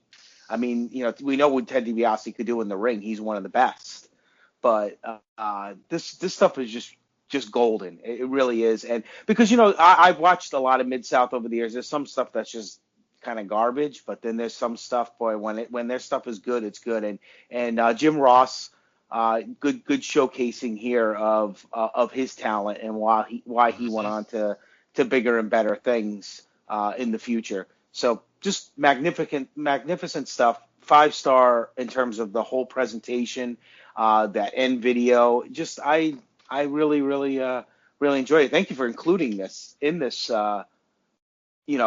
into the whole Crocket thing. It's a nice little gem. You really put it well together. I have to give you a lot of props for that, because I don't know if I would have thought of putting this into this whole thing that we're doing here. So it was really kind of a gem that we weren't expecting. Well, I do that from here and there, especially with Flair, because I like to give a context about him, how busy he was, because outside of Crocket, he was doing a lot of other shit. And I think it's important, if there's stuff out there that we could go and look at that not many people have seen, this would be a great one to go back and see. So if you have not seen this angle on Mid-South TV the weekend of November 16th, look it up on the network. It's an all-timer. And again, he was everywhere. Yeah, he really was. Well, we're going to get ready to go somewhere else here after, because he goes to Memphis and then back to Mid-South. And then we're going to go over that on the second half of this podcast. But I remember as a kid, Sean, that I watched a lot of wrestling because down in Florida, like I said, I got a lot of it. So I used to say to my dad, I'm like, oh my gosh, Gordon Soley and Ric Flair, they're like on every show, because Gordon Soley did, one time he did Georgia, then he did Florida, and then he did some Continental, and then he did that that Pro Wrestling Weekly, and it was like, and then Flair, you saw him, in Memphis, you saw him in Mid-South, you saw him in Florida, you saw him in Crocket. So it was like, I was like, oh, how do these guys, when you're a kid, you're like, what kind of schedule do these guys keep? He's everywhere. That's what's so fun for me about this show, is just to go back and I had never seen this angle with DiBiase before. I had never seen that 6-man we talked about, and the rest of the matches we talked about tonight, I had never seen them before either. So it's kind of a big deal for me. And again, guys, go back and watch Mid-South, and I would encourage you to go back and start watching Mid-South as a whole. If you have time and you're looking for wrestling that you've never watched before, I highly encourage you to go back and watch the Mid-South, because this angle especially got me all fired up to go start watching it this past weekend. It's absolutely incredible. So with that, we are going to take our break. When we come back, we are going to start with a match in Memphis with Ric Flair defending his world title there. Then we're going to have another world title defense from Flair in Mid-South. Then we have another match with the Raging Bull and Buddy Landell, and then we will wrap it up, our episode with the Road Warriors and a Russian segment. So with that, I am Sean Kidd with Dr. G, Colin McDougall, and Rory McNamara, and we will be right back after the break. What time is that? I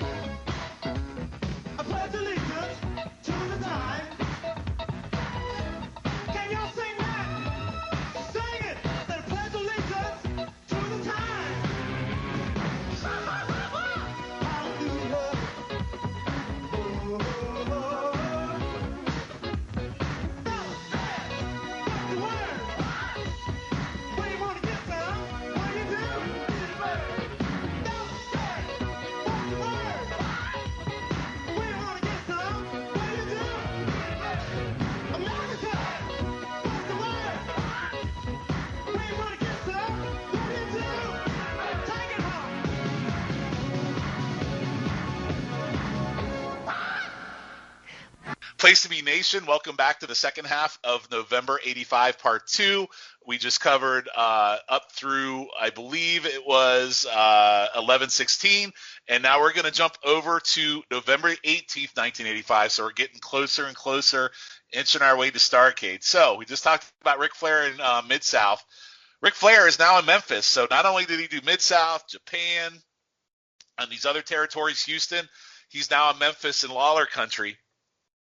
And he's facing a relative unknown, Koko Ware. At least he was unknown to me in 1985. So kind of like Butch Reed, the only Koko Ware that I really knew of growing up or even coming into this podcast was WWF Koko Ware. And my biggest memory of him was facing, crazy enough, Butch Reed at WrestleMania 3, so kind of weird symmetry here that we're talking about tonight. So he actually has a shot at Ric Flair for the World Heavyweight title in Memphis. So Lance Russell opens it and says people didn't think that Koko Ware versus Flair would be much of a bout. And Koko Ware at this time is the Mid-America champ, says the Mid-America champ Koko might be most underrated wrestler in the United States. So for context, the Mid-America title, it was an NWA title. Koko had just won it 2 days earlier, so he's only been a champion for 2 days. The title goes back to 1957 and then was unified with the CWA. And anyone that knows late 80s, CWA is the big Memphis territory that gradually goes away and was kind of like the liaison with the AWA. That's where Jerry Lawler was wrestling. And I believe he was the champion before he faced Curt Hennig for the world title. So long history in this. And some big names have had it. So Harley Race has held this belt. Randy Savage, Bobby Eaton, Rocky Johnson, Jacques Rougeau, Jerry the King Lawler, JYD, Jeff Jarrett. So really quite the lineage of this Mid-America title, which I had no idea existed, but I was very familiar with the CWA. So, all right, so we're going to go to the match.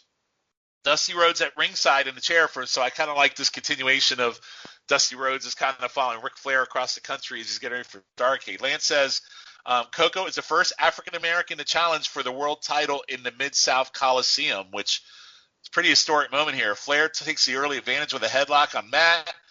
Later, Koko gets control with the same move to Flair with a shoulder block, hip toss. There's a crisscross spot in between. And Dusty is outside reading on Koko. Flair goes on with chops and punches, but Koko fights back, sending Flair down for a 2 count. Koko takes him down again for another 2 on a back and forth punch fist. Koko again, another 2 with a body press. Flair goes outside the stall. They go back in with some mat work. Koko spins around and sends Flair to the floor. And then later on, Flair sends Koko outside with chops and kicks. Then Flair gets into a shoving match with the ref. He hits Koko with an elbow and a knee for 2 and then yells at Dusty on the outside. He works over Koko on the mat with a hammerlock, using a rope for leverage. He stomps the arm, goes into an arm bar. Koko fights back, but Flair pulls him down by his hair. Again, later on in the match, Dusty's reading on Koko. Koko reverses a figure 4, but Flair breaks the hold. Koko gets a backside for 2. Flair tosses Koko outside, chops him on the apron, but Koko gets back in with a sunset for 2. Flair misses a knee, and Koko with a figure 4 for a few 2 counts until it's broken on the ropes. Koko works the leg. There's some chops exchanged. Flair goes down on a drop kick. He hits another drop kick. Bill Dundee comes out and takes down Dusty Rhodes with powder. Koko goes to help, but Flair nails him with a knee from behind for the 3. Dundee and Flair work over Koko, and Dusty comes in, throws Flair off the top rope, and the faces stand tall. So, again, a nice little match here that, another hidden gem that I never knew would have existed. I like Dusty's here. I like Flair's here. And again, another situation, Flair's in and out with a world title defense. Furthers a feud apparently between Dundee and Koko, probably for this American title, and him and Dusty are on their way to Starrcade. So with that, I will go to Rory. What were your thoughts on Koko versus Ric Flair? Yeah, this was a great find, Sean. Thanks for digging this one out for us. Yep. Seeing a 24-minute Koko Ware, get it right, Koko Ware singles match, you could normally fit in, for what I've seen of him in the past, 24 other Koko Ware singles matches in that time, normally with him losing in very short order. So seeing him going toe-to-toe with Ric effing Flair for such a long time was quite the culture shock for me. I think that's why when I first watched this match, I was extremely enthusiastic about it. I actually did watch it again.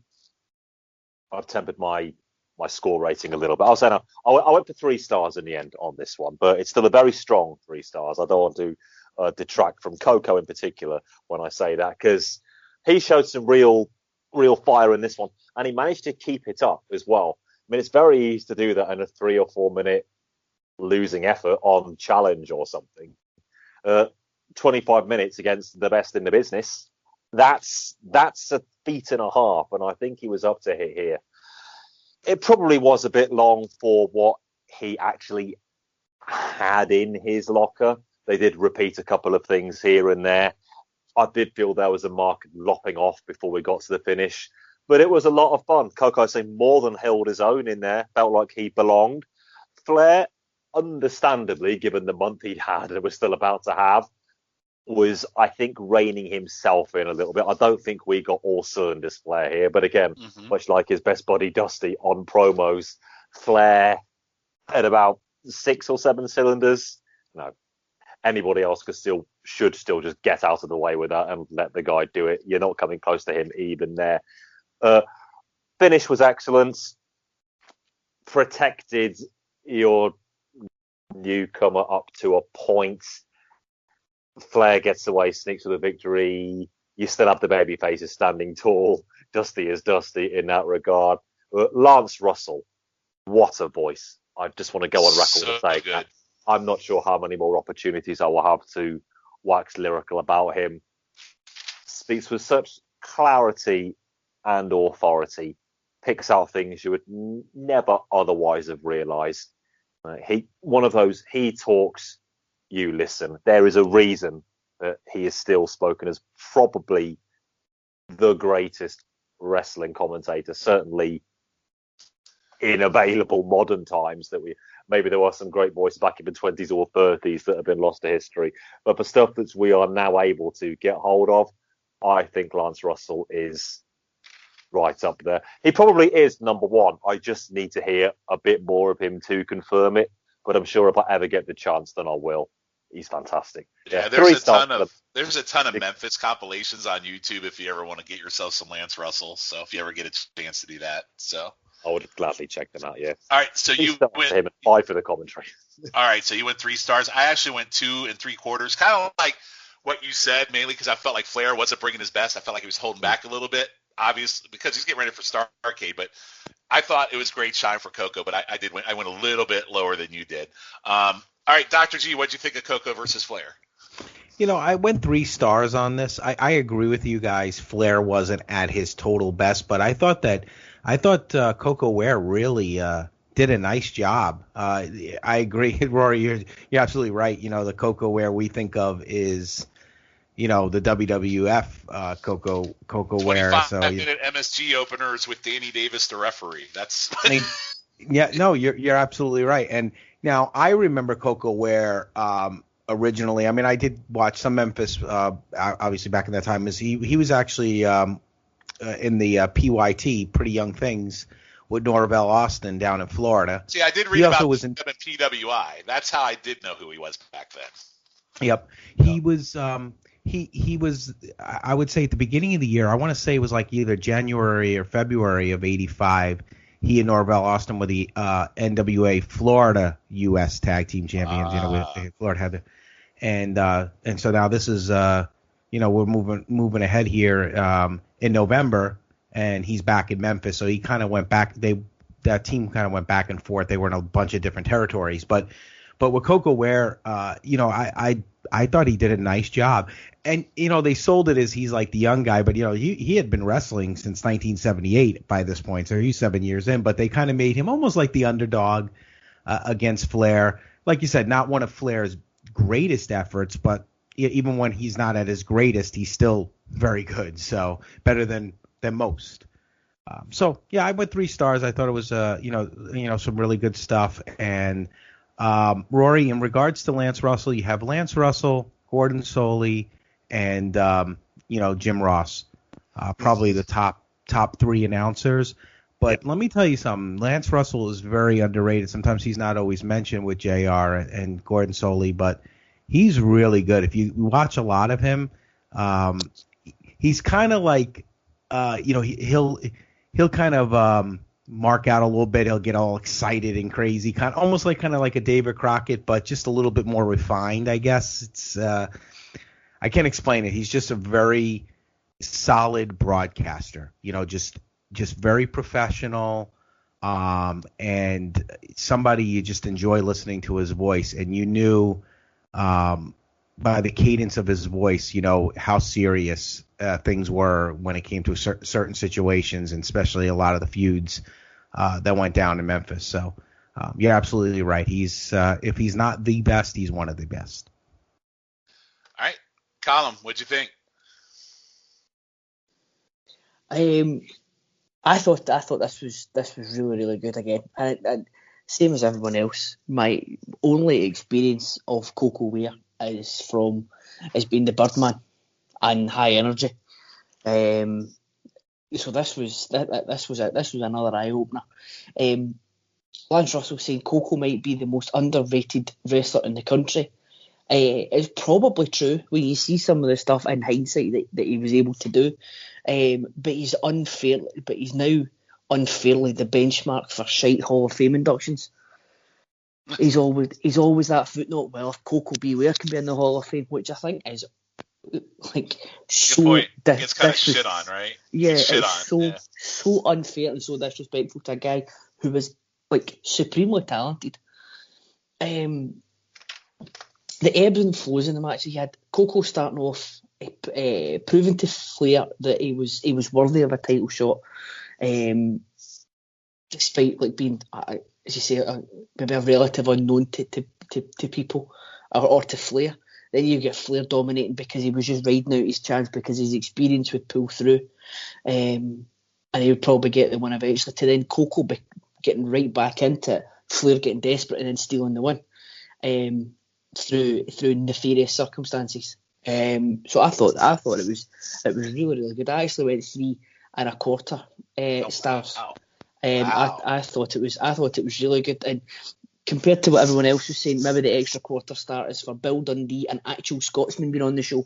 If you want to put it like that, but if you want to justify the extra quarter star, but I think the extra quarter star is justified in the whole thing. I thought it was really, really good.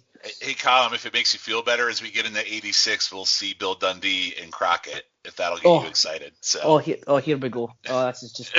So just give you a little sneak peek to make you feel good. I think he's like 80 years old, but you'll still see him in 86. I feel like he's 80 years old perpetually the whole time he wrestled because he always looks old. Oh, I think so. I think the youngest he looked was when he was Sir William with the Good Lord. Yes. So, but just a thing on Lance Russell as well. He's, again, the commentary track can make, and I've got a note about a commentary track or lack thereof further on on a match we're going to speak about. But the commentary track can be everything. Just to think, at one point in the late 80s, early 90s, if I'm not mistaken, WCW had commentators under contract by the names of Tony Schiavone, Gordon Soley, Jim Ross, and Lance Russell all at the one time. Absolutely crazy. Ridiculous. But Thanks for WWF making that point, Callum. I meant to make that point. Awesome point. But WWF was the big leagues, but you got the good shit down south. It's crazy, right, when you think about it. But anyway, so nice hidden gem there. So if you have not seen this match, as none of us has, I believe, seen it up until this point, go out and look at this one. It's on YouTube. So just look up Koko Ware versus Ric Flair. There's not a lot of options there. So sit back and enjoy this one. So with that, we're going to go to yet another match, and we're going to the November 23rd, 1985 World Championship Wrestling.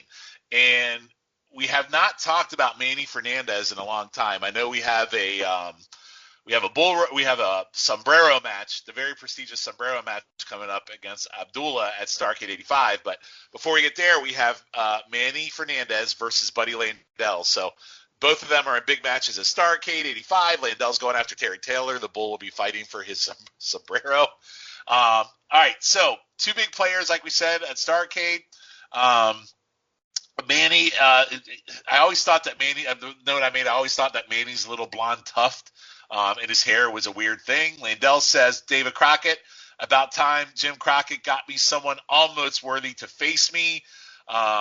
He again, comfortable, goes, he's a Mexican, you got to be ribbing me, man. So very uncomfortable mid-'80s Buddy Landell comment here. Let's see. So we go on. Tony says, the crowd is into this. David loves it. So do I. As Landell is kicking, asking Bull, he's kicking Bull if this is like real wrestling or is it karaoke or whatever. There's some crazy shit going on at the start of this match. We open Landell shots with a corner. Manny reverses a hip toss and shots by Bull. Buddy scoots out to hug Dylan. So Dylan is his manager at this point, so he's hugging JJ Dillon. David Crockett says Bull is prime and raging. Bull with the headlock, shoulder block. Landell gets a hip toss and a stomp. Bull gets a body press off the rope and leaps over Landell and backhands him in a really cool looking spot. Landell continues the shit talk, which is absolutely great. There's a nice arm drag by Buddy, but Bull pops back up and sends Buddy scurrying. Landell, another arm drag, a body slam, and an arm bar. There's a nice crisscross spot with a Bull leap and hip toss. Buddy gets a leg lock. Later on into the match where Bull gets a flying clothesline off a whip and gets a back flying elbow, but misses a knee off the second rope. Buddy gets a figure four that Bull reverses. J.J.'s Dillon helps Buddy get to the ropes. The bell rings and Bull fires up and hits the burrito, but the time has expired. And it's a lame ending. It's totally out of nowhere. It takes it out for me because I feel like these guys actually had a semi-decent match go, at least for Landell, who I've not really seen him in anything of context. We've seen Bull in other matches. Like, I think the very first match we watched on this podcast was him versus Anderson, but we haven't seen a whole lot of them. But I also made a note that it seemed like these guys were legit pissed off at each other because I felt like there was a lot of stiff in it. There's like some stiff stuff in this. And I felt like Bull, especially, was really pissed off at Landell. I went 2.25 stars. I didn't mind the time limit draw, but it seemed so sudden, and I felt like they could have gone somewhere with this. So I'm going to go to Dr. G. What did you think about this match?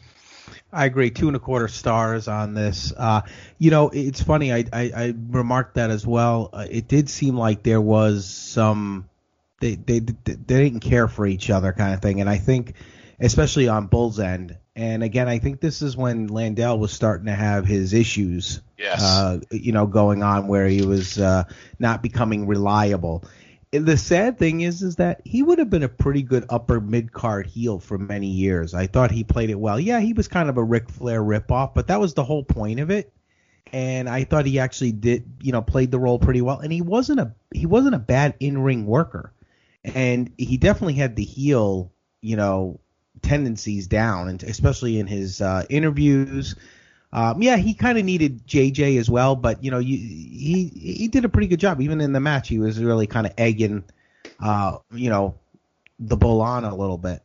So the ending was kind of typical. It was kind of typical in those days. A lot of times they did that whole time limit draw kind of thing in a lot of the matches, but.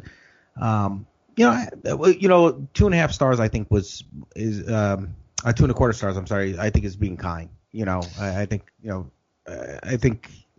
it didn't really deserve anything lower than that, but I wouldn't go any higher than that. Let's put it that way. Yeah, I thought it was solid. It was a good match. It was, we've seen some bangers in this episode, so it definitely didn't hold up to those. But it also makes me feel somewhat confident that, based on what we've seen tonight, we'll get a somewhat decent match between Landell and Taylor, who Taylor is a bad promo, and Landell, most of the stuff we've seen had Dylan talking for him. But I feel pretty confident in what we've seen tonight.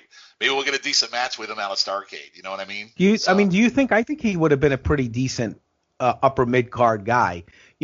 Battling for the U.S. title or the. Well, U.S. title, I guess. Well, he's almost fighting for the national title at Starrcade, so right, the national title. But I mean, I think if he could have kept his head on, he would have been good with that too. Yeah, but again, he has his issues, which we'll document over the next couple months, and he's in and out of Crocket several times over the next year and a half. So, and at one point, Callum, he actually comes back and he's partners with Bill Dundee, so you have that to look forward to as well. So, Colin, I'm going to turn it over to you. What do you think of this match? I liked the start. Buddy was showing some comedy chops. When he's in the cockpit in the corner, and he looks over at Manny and goes, "Is this karate or is it wrestling? Come on now." Yes. So I couldn't read my writing. It said karaoke. I meant to say karate. So, yeah, sorry about that. I meant to say karate. So. And then I've got another note going. We've seen the best of Flair in these last few episodes. And now that I'm seeing Landell and he's calling himself the Nature Boy, it's like, how does he not suffer from imposter syndrome? I think maybe Landell's issue, or the issue that I've got with Landell, is that he does just look like great value Ric Flair, and I don't know if that's. I always get the impression that they were touting him as the second coming of Ric Flair as opposed to a Ric Flair impersonator. I'm certainly getting vibes of Ric Flair impersonator off him, but he's not doing much for me. He's not bad in the ring. He's not. We have seen much worse. It's not outright offensive what he does in the ring. It just, for whatever reason, I'm not getting it just about now. And it wasn't doing much for me in this one. And not even Bull and JJ could turn it around for me in this one. It did nothing for me. I might be slightly harsh in my mark for this one. I went 1.5. Okay. But I don't know if that's maybe, as you say, we've had bangers on the other matches. I don't know maybe if that's if I'd watched it in a sort of its own silo, it might be a wee bit better. But compared to everything else, it was miles away from it. I think 1.5 is more acceptable than your take on the Ric Flair Wahoo match, so I could take 1.5 on this one. Oh, it was miles better than that. I mean, come on. Yeah, I mean, you were wrong about that match. So this is your every episode pot shot at Flair Wahoo, but you're okay on this one. I'd go 1.5 on that. I could see that one. So, Rory, what did you think? Yeah, gentleman's 2 from me here. It was competent, but not much more. Rather stop-start. I know that was sort of the point, so Buddy could get his lines in, but it's one of those where it went on long enough where you couldn't actually be heavily critical of it, and they had the opportunity there just to work a basic 10-minute in the gym match in front of the TV cameras, but it never threatened to be beyond that. Yeah, I haven't seen a whole lot of Buddy Landell doing the Ric Flair cosplay thing. Again, that's clearly the point, but it's there right in front of your face and it needs to be drawn attention to. For me, though, he just looks like REM guitarist Peter Buck wearing a judge's wig. That's a pretty good comparison. That's pretty good. It's all in the nose, especially here. REM fables the Reconstruction era in 1985. Dead ringer, I tell you. So, yeah, the fact that that's... Who does he look like? Yes, he looks like Peter Buck wearing a big white shiny wig. That's who. The fact that I spent most of this match trying to work out who exactly he looked like should tell you all you need to know. But that's all we got. And he's still, I know that he's got his own issues to deal with very shortly, but nothing as bad as in 10 years from now when he gets wheeled out to In Your House 5 and called Buddy Rydell by the ring announcer. Oh, yeah, there's that. Yeah, another famous moment in the tragic career of Buddy Landell. So, all right. So with that, we have yet another Ric Flair world title defense, and this is Flair's 4th appearance tonight. This is insane how much Flair's working. So this is on November the 24th, and this is Ric Flair versus Jake the Snake Roberts from Mid-South. So Flair's out in his black and white feather robe. Again, what can you say? What more can you say about him? But Jake is dressed in like these, like, it's weird seeing Jake like this. He's in like a white tee and like red pants. And Flair looks at the shirt and seems to look unimpressed at him. But Jake, and I don't blame him, Jake looks absolutely ridiculous. So we start off with a shoving contest, and Flair grabs Snake's pants, and Jake DDTs him right out of the gate. And the crowd goes absolutely crazy, and the match hasn't even started yet. Flair is out as the ref checks on him. Jake is he's Flair says he's out of here after this, and he leaves. Ref gets on a mic. He says he needs to get back and wrestle. And Jake starts a DD chant with the crowd. The bell rings and the ref starts to count. So I really like this beginning and opening. It's very rare that you get kind of your champion out of the DDT. It took me aback. I didn't expect to see that happen so quickly. Flair comes back. He shoves the ref. The ref takes the belt, and we are off. The crowd keeps chanting DDT. There's lockups, and Jake gets the upper hand with the quick punches and the backdrop. Goes for the DDT again, but Flair backs into the ropes. Flair takes Jake outside, but then rolls him back in and for a headlock and a takeover for 2. We go later into the match. There's chops and punches. Jake gets a backslide for 2. There's a Flair sleeper on Jake. Jake drops forward into a turnbuckle and Flair hits his head. So I thought that was a nice little move by Jake. Flair later gets some chops and counts for 2. Jake blocks a D drop. And then he turns into a figure 4, and Flair screams in pain until he gets to the rope. We go back even later in the match. Flair gets an atomic knee drop on Jake's leg, and then another elbow drop for 2. Flair goes for a figure 4, but he drops on the leg. He misses it, and then he hurts his ass on the mat when he did it. Jake gets fired up. He comes back with a sleeper, but Flair gets a back suplex. He goes to the top rope again, but he gets tossed off. There's a knee to the face. Flair to the corner, and Jake goes for another knee. Flair moves, and Jake hits the corner. Flair goes for the figure 4, but Jake's small package is for 2. But Flair rolls over in his own small package for 3. Butch Reed is out, and Flair goes after him, and he sells he has a neck brace on. He pulls the tights, and we get a backdrop and punches, and then Flair bails. So a lot of stuff happened in this match. I was really happy with the beginning of it and how it started with Jake getting the DDT that popped me. And I might have overrated this match because it's kind of slow in parts, not a lot of action, kind of some stalling. I actually went 3 stars. I actually didn't mind this match that much at all, to be honest with you. So, Corey, Colin, what did you think of this match?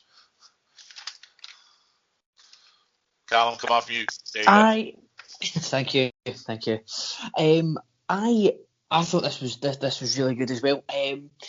The crowd for that first DDT was it went wild for a match. Me too. I loved it.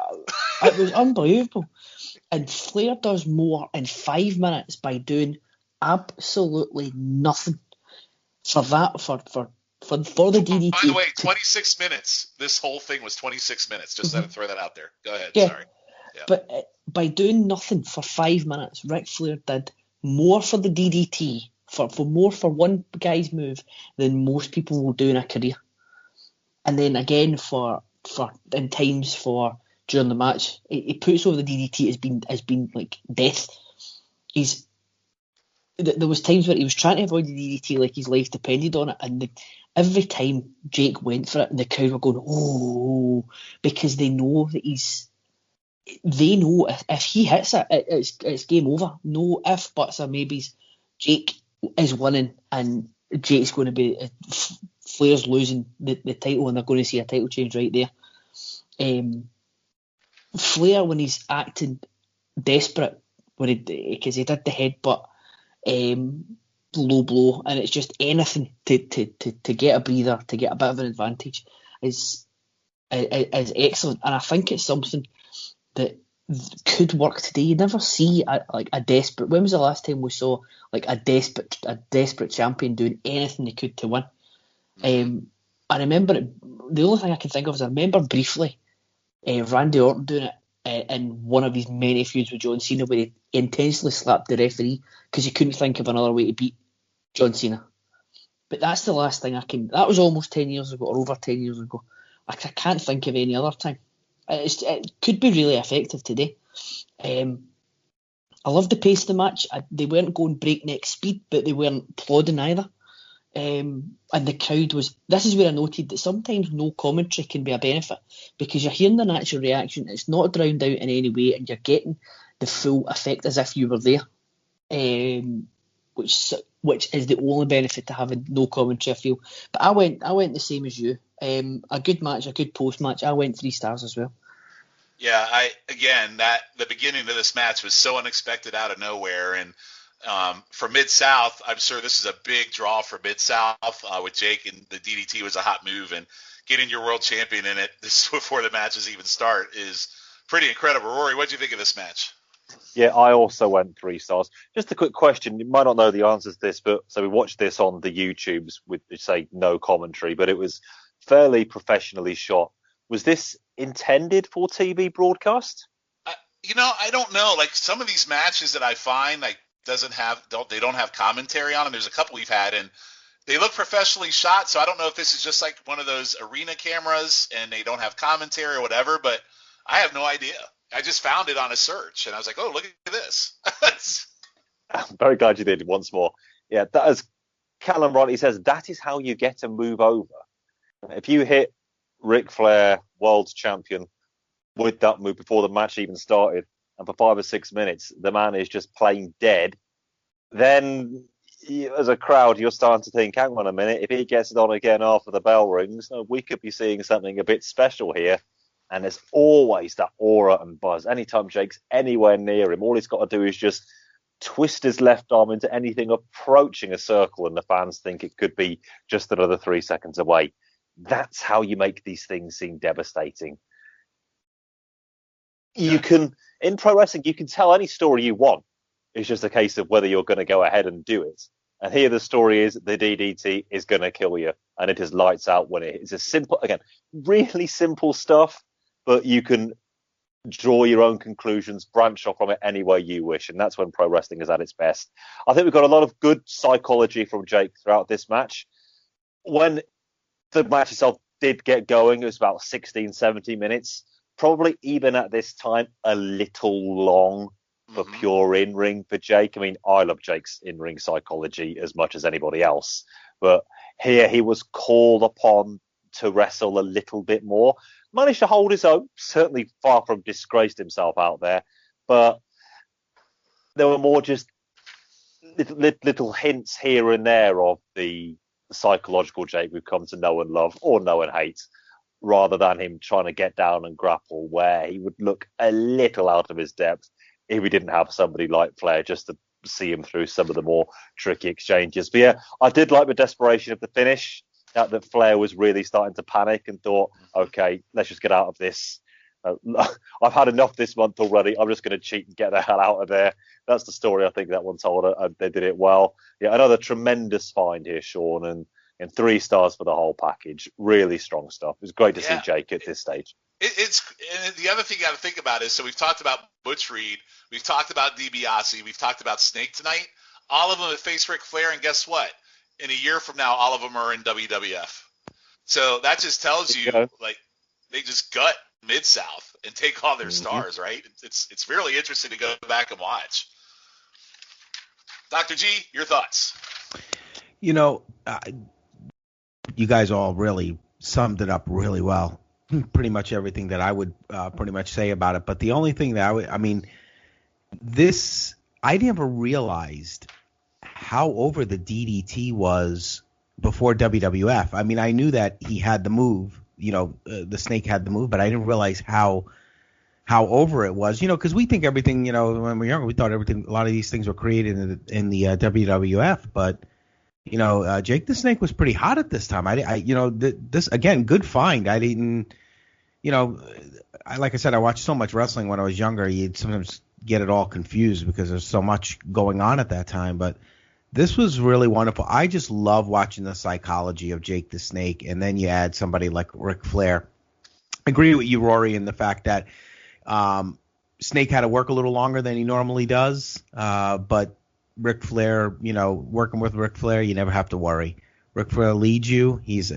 That's why he is great at what he does, or what he did at that time. And it's a nice matchup, and I never even realized those two faced each other in such a big match like that. So, Sean, great find by you. Gave it 3 stars as well. Really enjoyed it. The psychology, it's just, again, we may be marking out sometimes more on some of these things more for the psychology or the way the angle plays out more than we do the actual in-ring wrestling, but when you put the whole package together, which that's what it is, you don't need to have, a lot of what we see today, a lot of these crazy moves and flips and flops. It's the whole psychology, and that's what drew me to pro wrestling. And this is vintage right here. This is a nice match to watch. If you're training to be a wrestler, this isn't a bad match to watch, to show you how two great in-ring psychology wrestlers go at it, and how this story. I mean, you just heard that crowd, DDT. I mean, they were just so into it. And I didn't realize that move was so over before he came to the WWF. So good stuff. Thank you for finding that. Good gem again. So that kind of ends our match watches for tonight. But I got to say, I think out of all the shows we've done since we started this podcast, definitely the best matches out of the whole run we've done so far. No doubt. Multiple 3-star matches, multiple Flair World Title matches. I mean, This episode brought the match game tonight, so I'll be curious to see if we can ever top what we got here tonight. So, with that, we are going to jump over to 11:30:85 World Championship Wrestling. Now, yes, Starrcade has already happened at this point, but this is one of those shows where they kind of just put on because I don't think the Starrcade was totally kind of entrenched yet. They were still trying to figure out their angles and what they were going to do. But I popped this on because it's November 30th, 85 World Championship Wrestling. Doesn't really give you a sneak peek of anything that happened in Starrcade. So we're gonna cover that in March. We'll cover Starrcade, but we're gonna put this on here. So we got a few segments in here to talk about because they really both affect how they're going to move forward into the future in a couple of angles. So we have the Road Warriors facing Black Bart and Thunderfoot, which I'm not going to talk about the match because obviously it's a squash match. But Ivan Koloff comes out and says the LOD is a people's choice as representation of America, and they talk about how big, bad, and great they are. They are nothing but liars. Paul comes over and yells. Paul Ellering comes over and yells, "Do more thinking, less talking." And he's got one of his badass kimono dragon robes on, which I love those. He says, "You all so much bragging. Ivan thinks he's tough. All he sees is a yellow streak.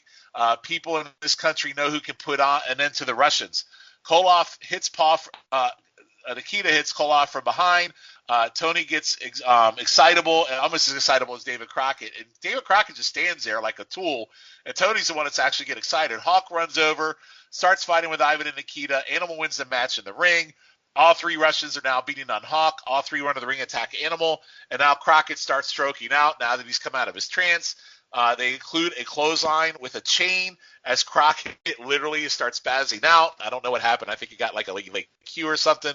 Hawk finally runs in with a chair. The Russians bail, and the Warriors recover and carry Paul off. This leads to a promo later in the show. Tony, with the Road Warriors, Tony calls the attack on Paul and called for act. Road Warriors are so pissed off, and their paint is flaking. They just look so freaking just so angry. Hawk says, "All our lives we've been together, and nothing ever happened like what we saw here. We don't want to have friends, but we are from this stinking country. Russians ain't. Forget about summit meetings." Animal pushes Tony aside. Hawk says, "World War III started today. It's inevitable now that Animal and me have to get in the ring with the Russians. Every promoter in the world has to sign this match." Animal's coughing a lot to sell the chain, which I thought was a nice little piece in the background.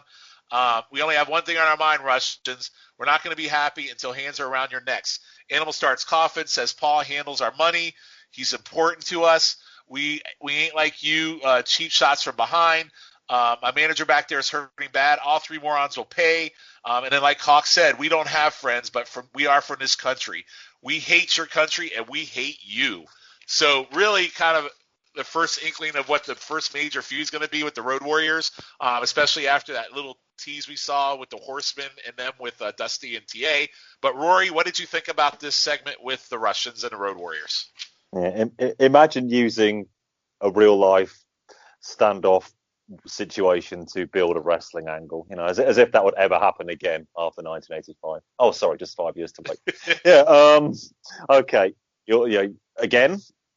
Well, we're saying it a lot over the last couple of weeks, but with good reason. A lot of the language used here now doesn't hold up in February 2021. Almost doesn't need to be said, but at the same time it does. But yeah, just another simple but strong angle, wasn't it?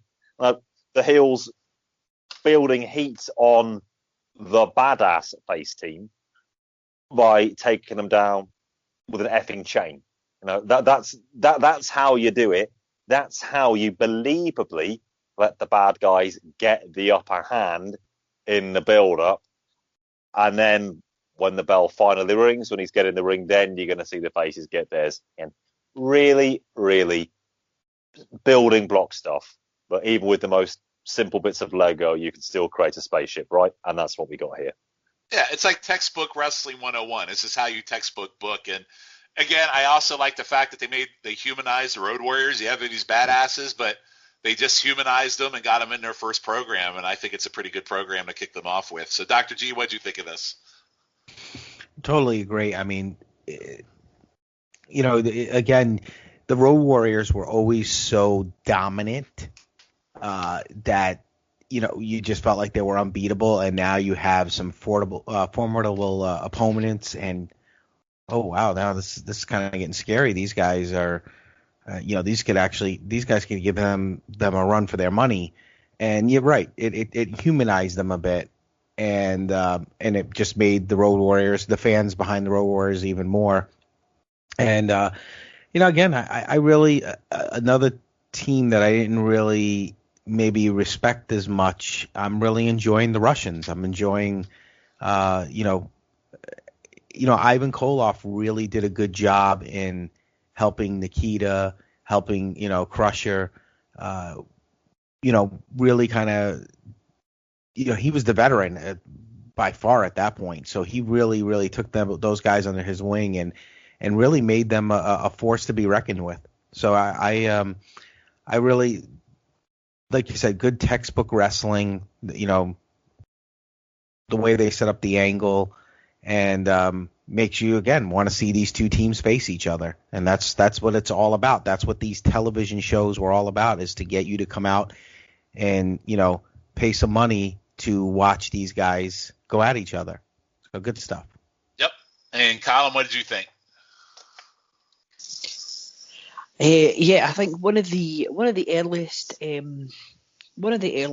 catchphrases we came up with on the Special Relations was "It's not rocket science." It doesn't need to be rocket science. You have two teams that don't like each other. You give them a reason not to like each other with this vicious chain attack, which I thought was excellent. I love it when they do that. And you're off to the races, and immediately you've got a match that you want to see. As I said, the chain. I mean, first of all, you've got Paul Ellering's kimono, which is always a highlight. Mm-hmm. You have got then the chain clothesline, which is excellent, and I was dying with laughter seeing the Road Warriors after this vicious attack carrying Paul Ellering's corpse away from the ring. It's just no grace whatsoever. Only the best medical treatment in Jim Crockett Promotions. The Road Warriors promo or interview with Tony was I thought was really, really good. I was always under the impression from the ones that I can remember, the Road Warriors, the promos that I can remember, the Road Warriors were always shouty, incoherent. They're just saying words but not saying a great deal at all. But this one was really good. They had Hawk had everything together with the declaration of war and all that sort of thing. I thought the whole thing from start to finish with these two was excellent. Yeah, so I like that. This is kind of like even though Starrcade is over, it's almost like, hey, here's one of the feuds you're going to see post Starrcade. So I kind of like that sneak peek under the tent as well. All right, our final segment of the night. To close us out before we get to Starrcade next month is Arn Anderson. And Crocket and Tony says TV title is the greatest title in the world. Arn said it's the most important title next to the world title, but TV title is viewed more weekly than any face on earth. And he goes, that applies to me. I like to be on TV, express views and talent, Arn asked David Crocket who has the best one-loss record on the Superstation. Dave says there are several. Arn says I'm up there with them. Says when's the last time Dusty Rhodes came out and beat anybody? So that was very funny. He goes, it's a long time. Then they show a video of Arn stealing the belt from Dusty as Arn talks, which is one of our all-time favorite segments. And he's talking about having the best one-loss record. It says right here, I just walked out and I took it from Dusty. If he's a man and felt it belonged to him, why wouldn't he get it back? David Crocket starts giving him shit about him and totally stealing the belt. Says Dusty Rhodes just standing there and I took it, Arn says. David Crocket says, we just saw in the video, Arn says, I'm just more than man and he is. Talent, public opinion, express fact that I had TV title. Possession is 99% of the law. He says, let's show Arn doing matches he considers TV title defenses. Arn says he asks guys in these matches whose TV champ is. He shows his patented move, which is the Gourd Buster, which is officially named now. Arn says as soon as he gets here, the title he's worked so hard for, he earned. And then again, he just goes in talking about how great he is as TV champion. And then we get a scene where in Mid-Atlantic where Dusty Rhodes actually attacks Arn and steals the belt back. And in the long run, what happened is Dusty gave the belt over to Jim Crocket, back to Jim Crocket. And then Arn starts talking about Dusty Rhodes. It was his back, eye to eye. He yells at Tony to get his smirk off his face as Tony's laughing at him because Dusty took his TV title back. Arn says he never attacked any man from behind. He always looked eye to eye, and I say what I want. I am TV champion, and I want my trophy back. Remember that, Dusty Rhodes. So Crockett then comes out to end the show, and Jim Crockett has the TV title front and center. Like I said, as Dusty has brought it back to him after it taken from Arn, and Jim Crockett basically says we're going to start 1986 with a tournament. So we have first Starrcade 85, changing course of the decade. But on January 4th in Greensboro, we will have a one-night tournament for the TV title, and then they show moments from the Bash match where Tully and Dusty face for the TV title. So that closes us out. So now we know that we have the Road Warriors versus the Russians coming up starting in December. We'll see more what happens after Starrcade, and now we know that the TV title will be decided in a one-night tournament on January the 4th. So, to close this out, let me go to Dr. G. What do you think of this segment with Arn and the TV title tournament? Love it. Love the whole thing. And, you knew eventually that, Dusty was going to get the belt back. And, and then he gave it over to Crockett. And now we're going to have a TV title tournament, which, now kind of, they were able to go on with this feud, this plot for a little while, because that's what I like about it. They didn't rush it, like Arn was saying he was the television champion, even though, he never really won the championship, he stole it. They were able to draw that out over a couple of months, but now it's time. Okay, now we're going to have a tournament. Now we're turning the book, the page on the year. And now here we go. We're going to start with something fresh. We see, like you said, this show really set up two good feuds. Well, you have the TV title tournament that's being set up, and then you have the Russians and the Road Warriors. So this is again just good booking. Everything stays consistent, and you see how everything just you don't really see too many hiccups. Everything kind of flows along nice from week to week. It's amazing because they were doing so many different shows, so many syndicated shows at the time, but they were able to keep all the storylines all together, which isn't an easy thing to do.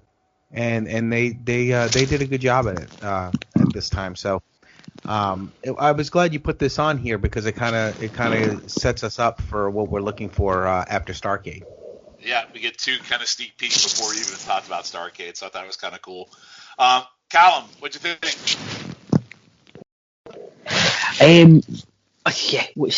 My first note is Arn Anderson out here looking like the optimal male. And when I grow up, I want to be 1985 Arn Anderson. I still dream about the fedora. What a hero! Honestly, see if he wore a fedora in this one, he would look like a proper gangster, like somebody you would not want to mess with, because it's just unbelievable again. Unbelievable stuff again. I love the fact that he's walking around as if he has been TV champion, and the matches he's been having on Worldwide and Mid Atlantic were actual TV title defences. I thought that was wonderful because of, as he says, possession is 9/10 of the law.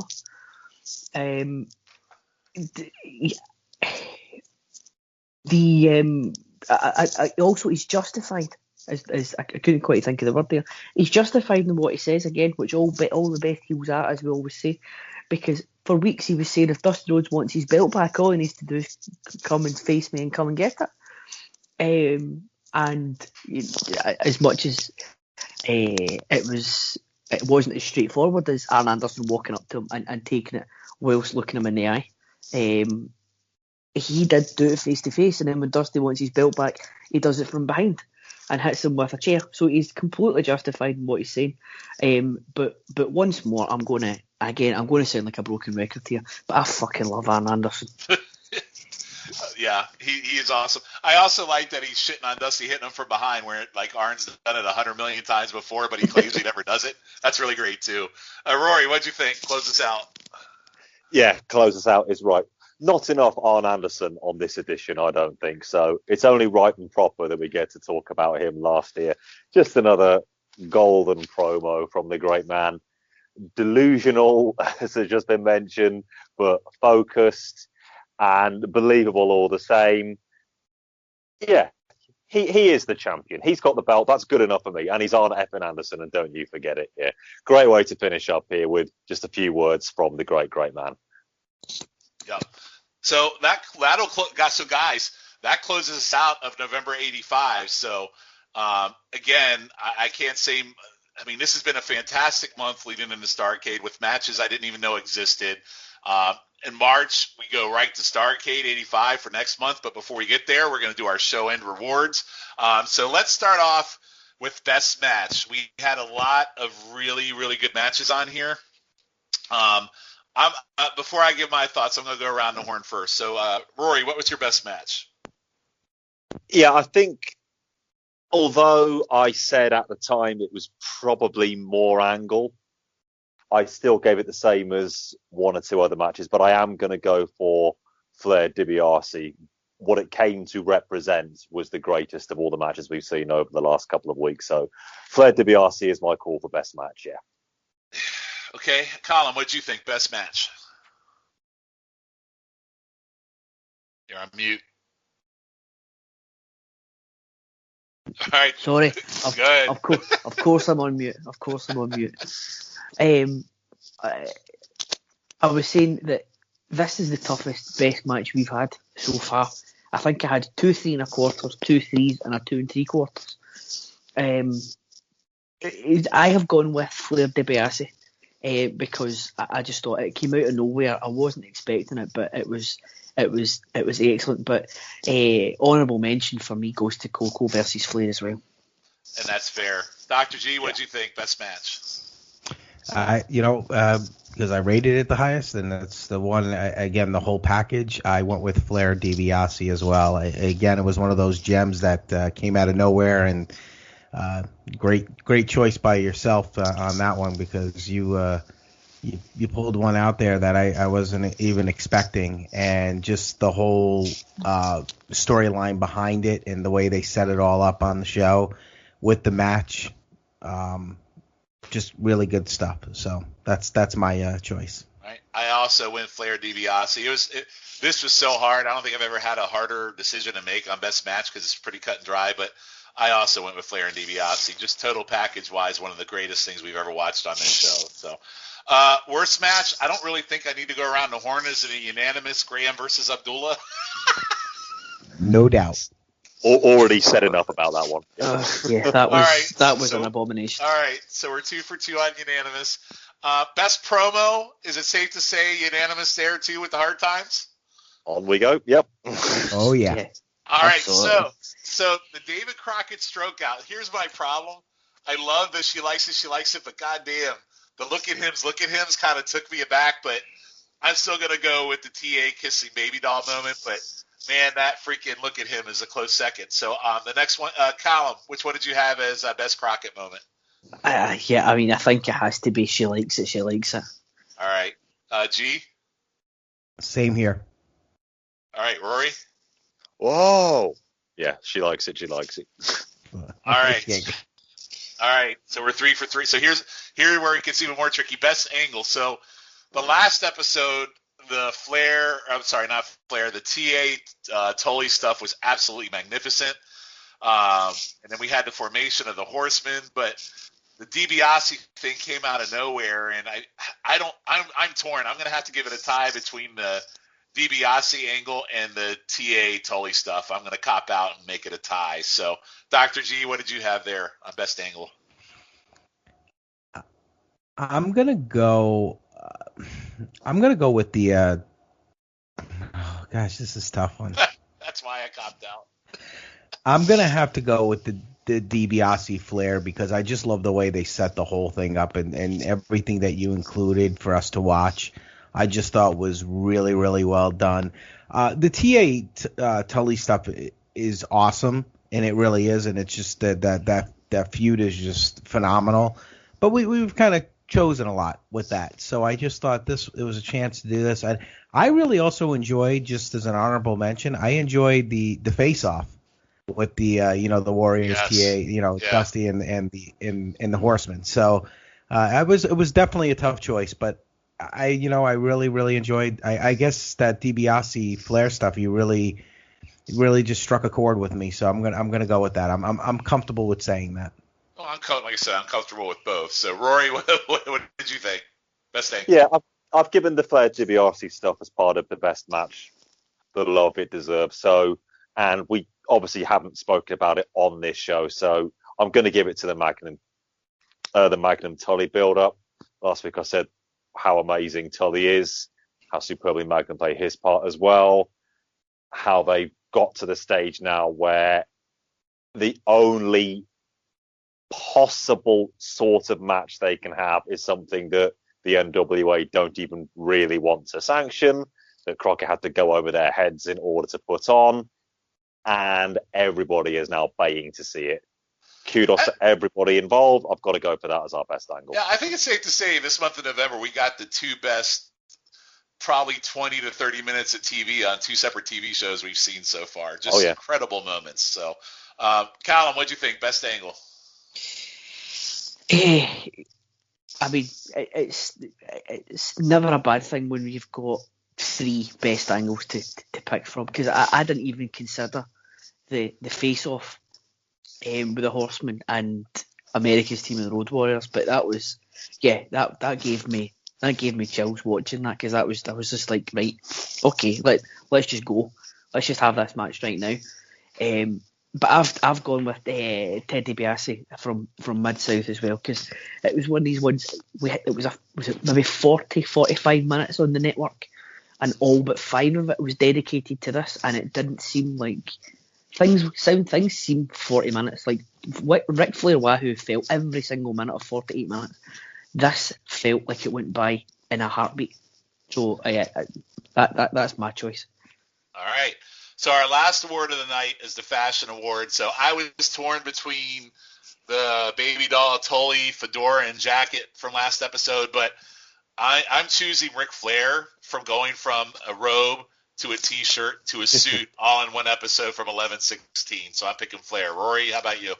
Yeah, it's got to be the Flair costume change. He's been a very busy boy this month, and I do mean November 1985, not February 2021. Just the date exactly when we're recording this show. But yeah, big reveals during our show tonight that on Monday Night Raw. But anyway, all right, Callum, fashion. Again, another tough one. Honourable mention goes to Ric Flair wearing the robe, where it looks as if it could be the only thing that he is wearing. And the visual of him just walking on the plane from Oklahoma City or wherever he was for Mid-South the night before to Atlanta wearing just the robe is making me chuckle.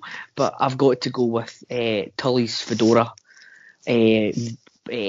maroon velour jacket and baby doll snakeskin attire. It was just excellent. It's a tough call. It's so tough. Dr. G, what about you? I went with the Flair stuff because, especially, like I said, that probably actually came with the robe on to the studio that morning, but just the different changes. I love that. I mean, obviously the Tully with the fedora and baby doll, that stuff is great as well. And my honorable mention between that is I loved Arn at the end there with all the jewelry. It was kind of a different look for him. He looked like a mobster. He really did. He just the way with the black shirt and the pinky ring, and I don't know. I marked out for that a little bit, but I had to go with Flair this time around. But it was very tough because to me there was three. The Tully and Flair and then Arn. But I think Flair just squeaked it out. Yeah. So, again, great stuff, great awards, great matches, great angles. We are now up to Starrcade 85, but we have one more pit stop on the way in 2 weeks. Again, I'm not going to announce the guest yet, but because I want to make sure that it's 100% concrete because I don't want to jinx ourselves. But if we do get this guest, it is a guest that is a prominent member of a match from Starrcade 85 that we will be talking to. So please come back in 2 weeks, and hopefully we'll have that guest on there. And then a month from now, we will talk Starrcade 85. So kind of like a season finale, I feel like we've been building to this moment, and it's pretty freaking exciting. So before we jump off, I would like to say a special thank you to Rory McNamara. You have been a fantastic guest here in November 85, and I'm really glad we got some really key pivotal moments for you to be able to talk about. So pretty big deal. So we're definitely going to have you back in the future. So I just want to say thank you personally. And with that, I'm going to ask you, what would you like to plug? Lots going on. First off, yes, thank you so much for having me on these shows. It would have been a privilege to be on any of the ones you've done so far.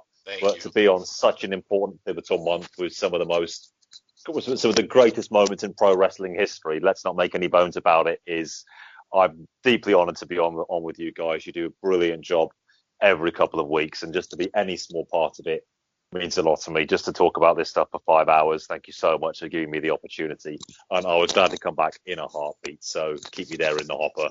Until then, though, I do indeed have plenty going on, as I've said, here on the Place to Be Nation, along with Callum and Ben Locke.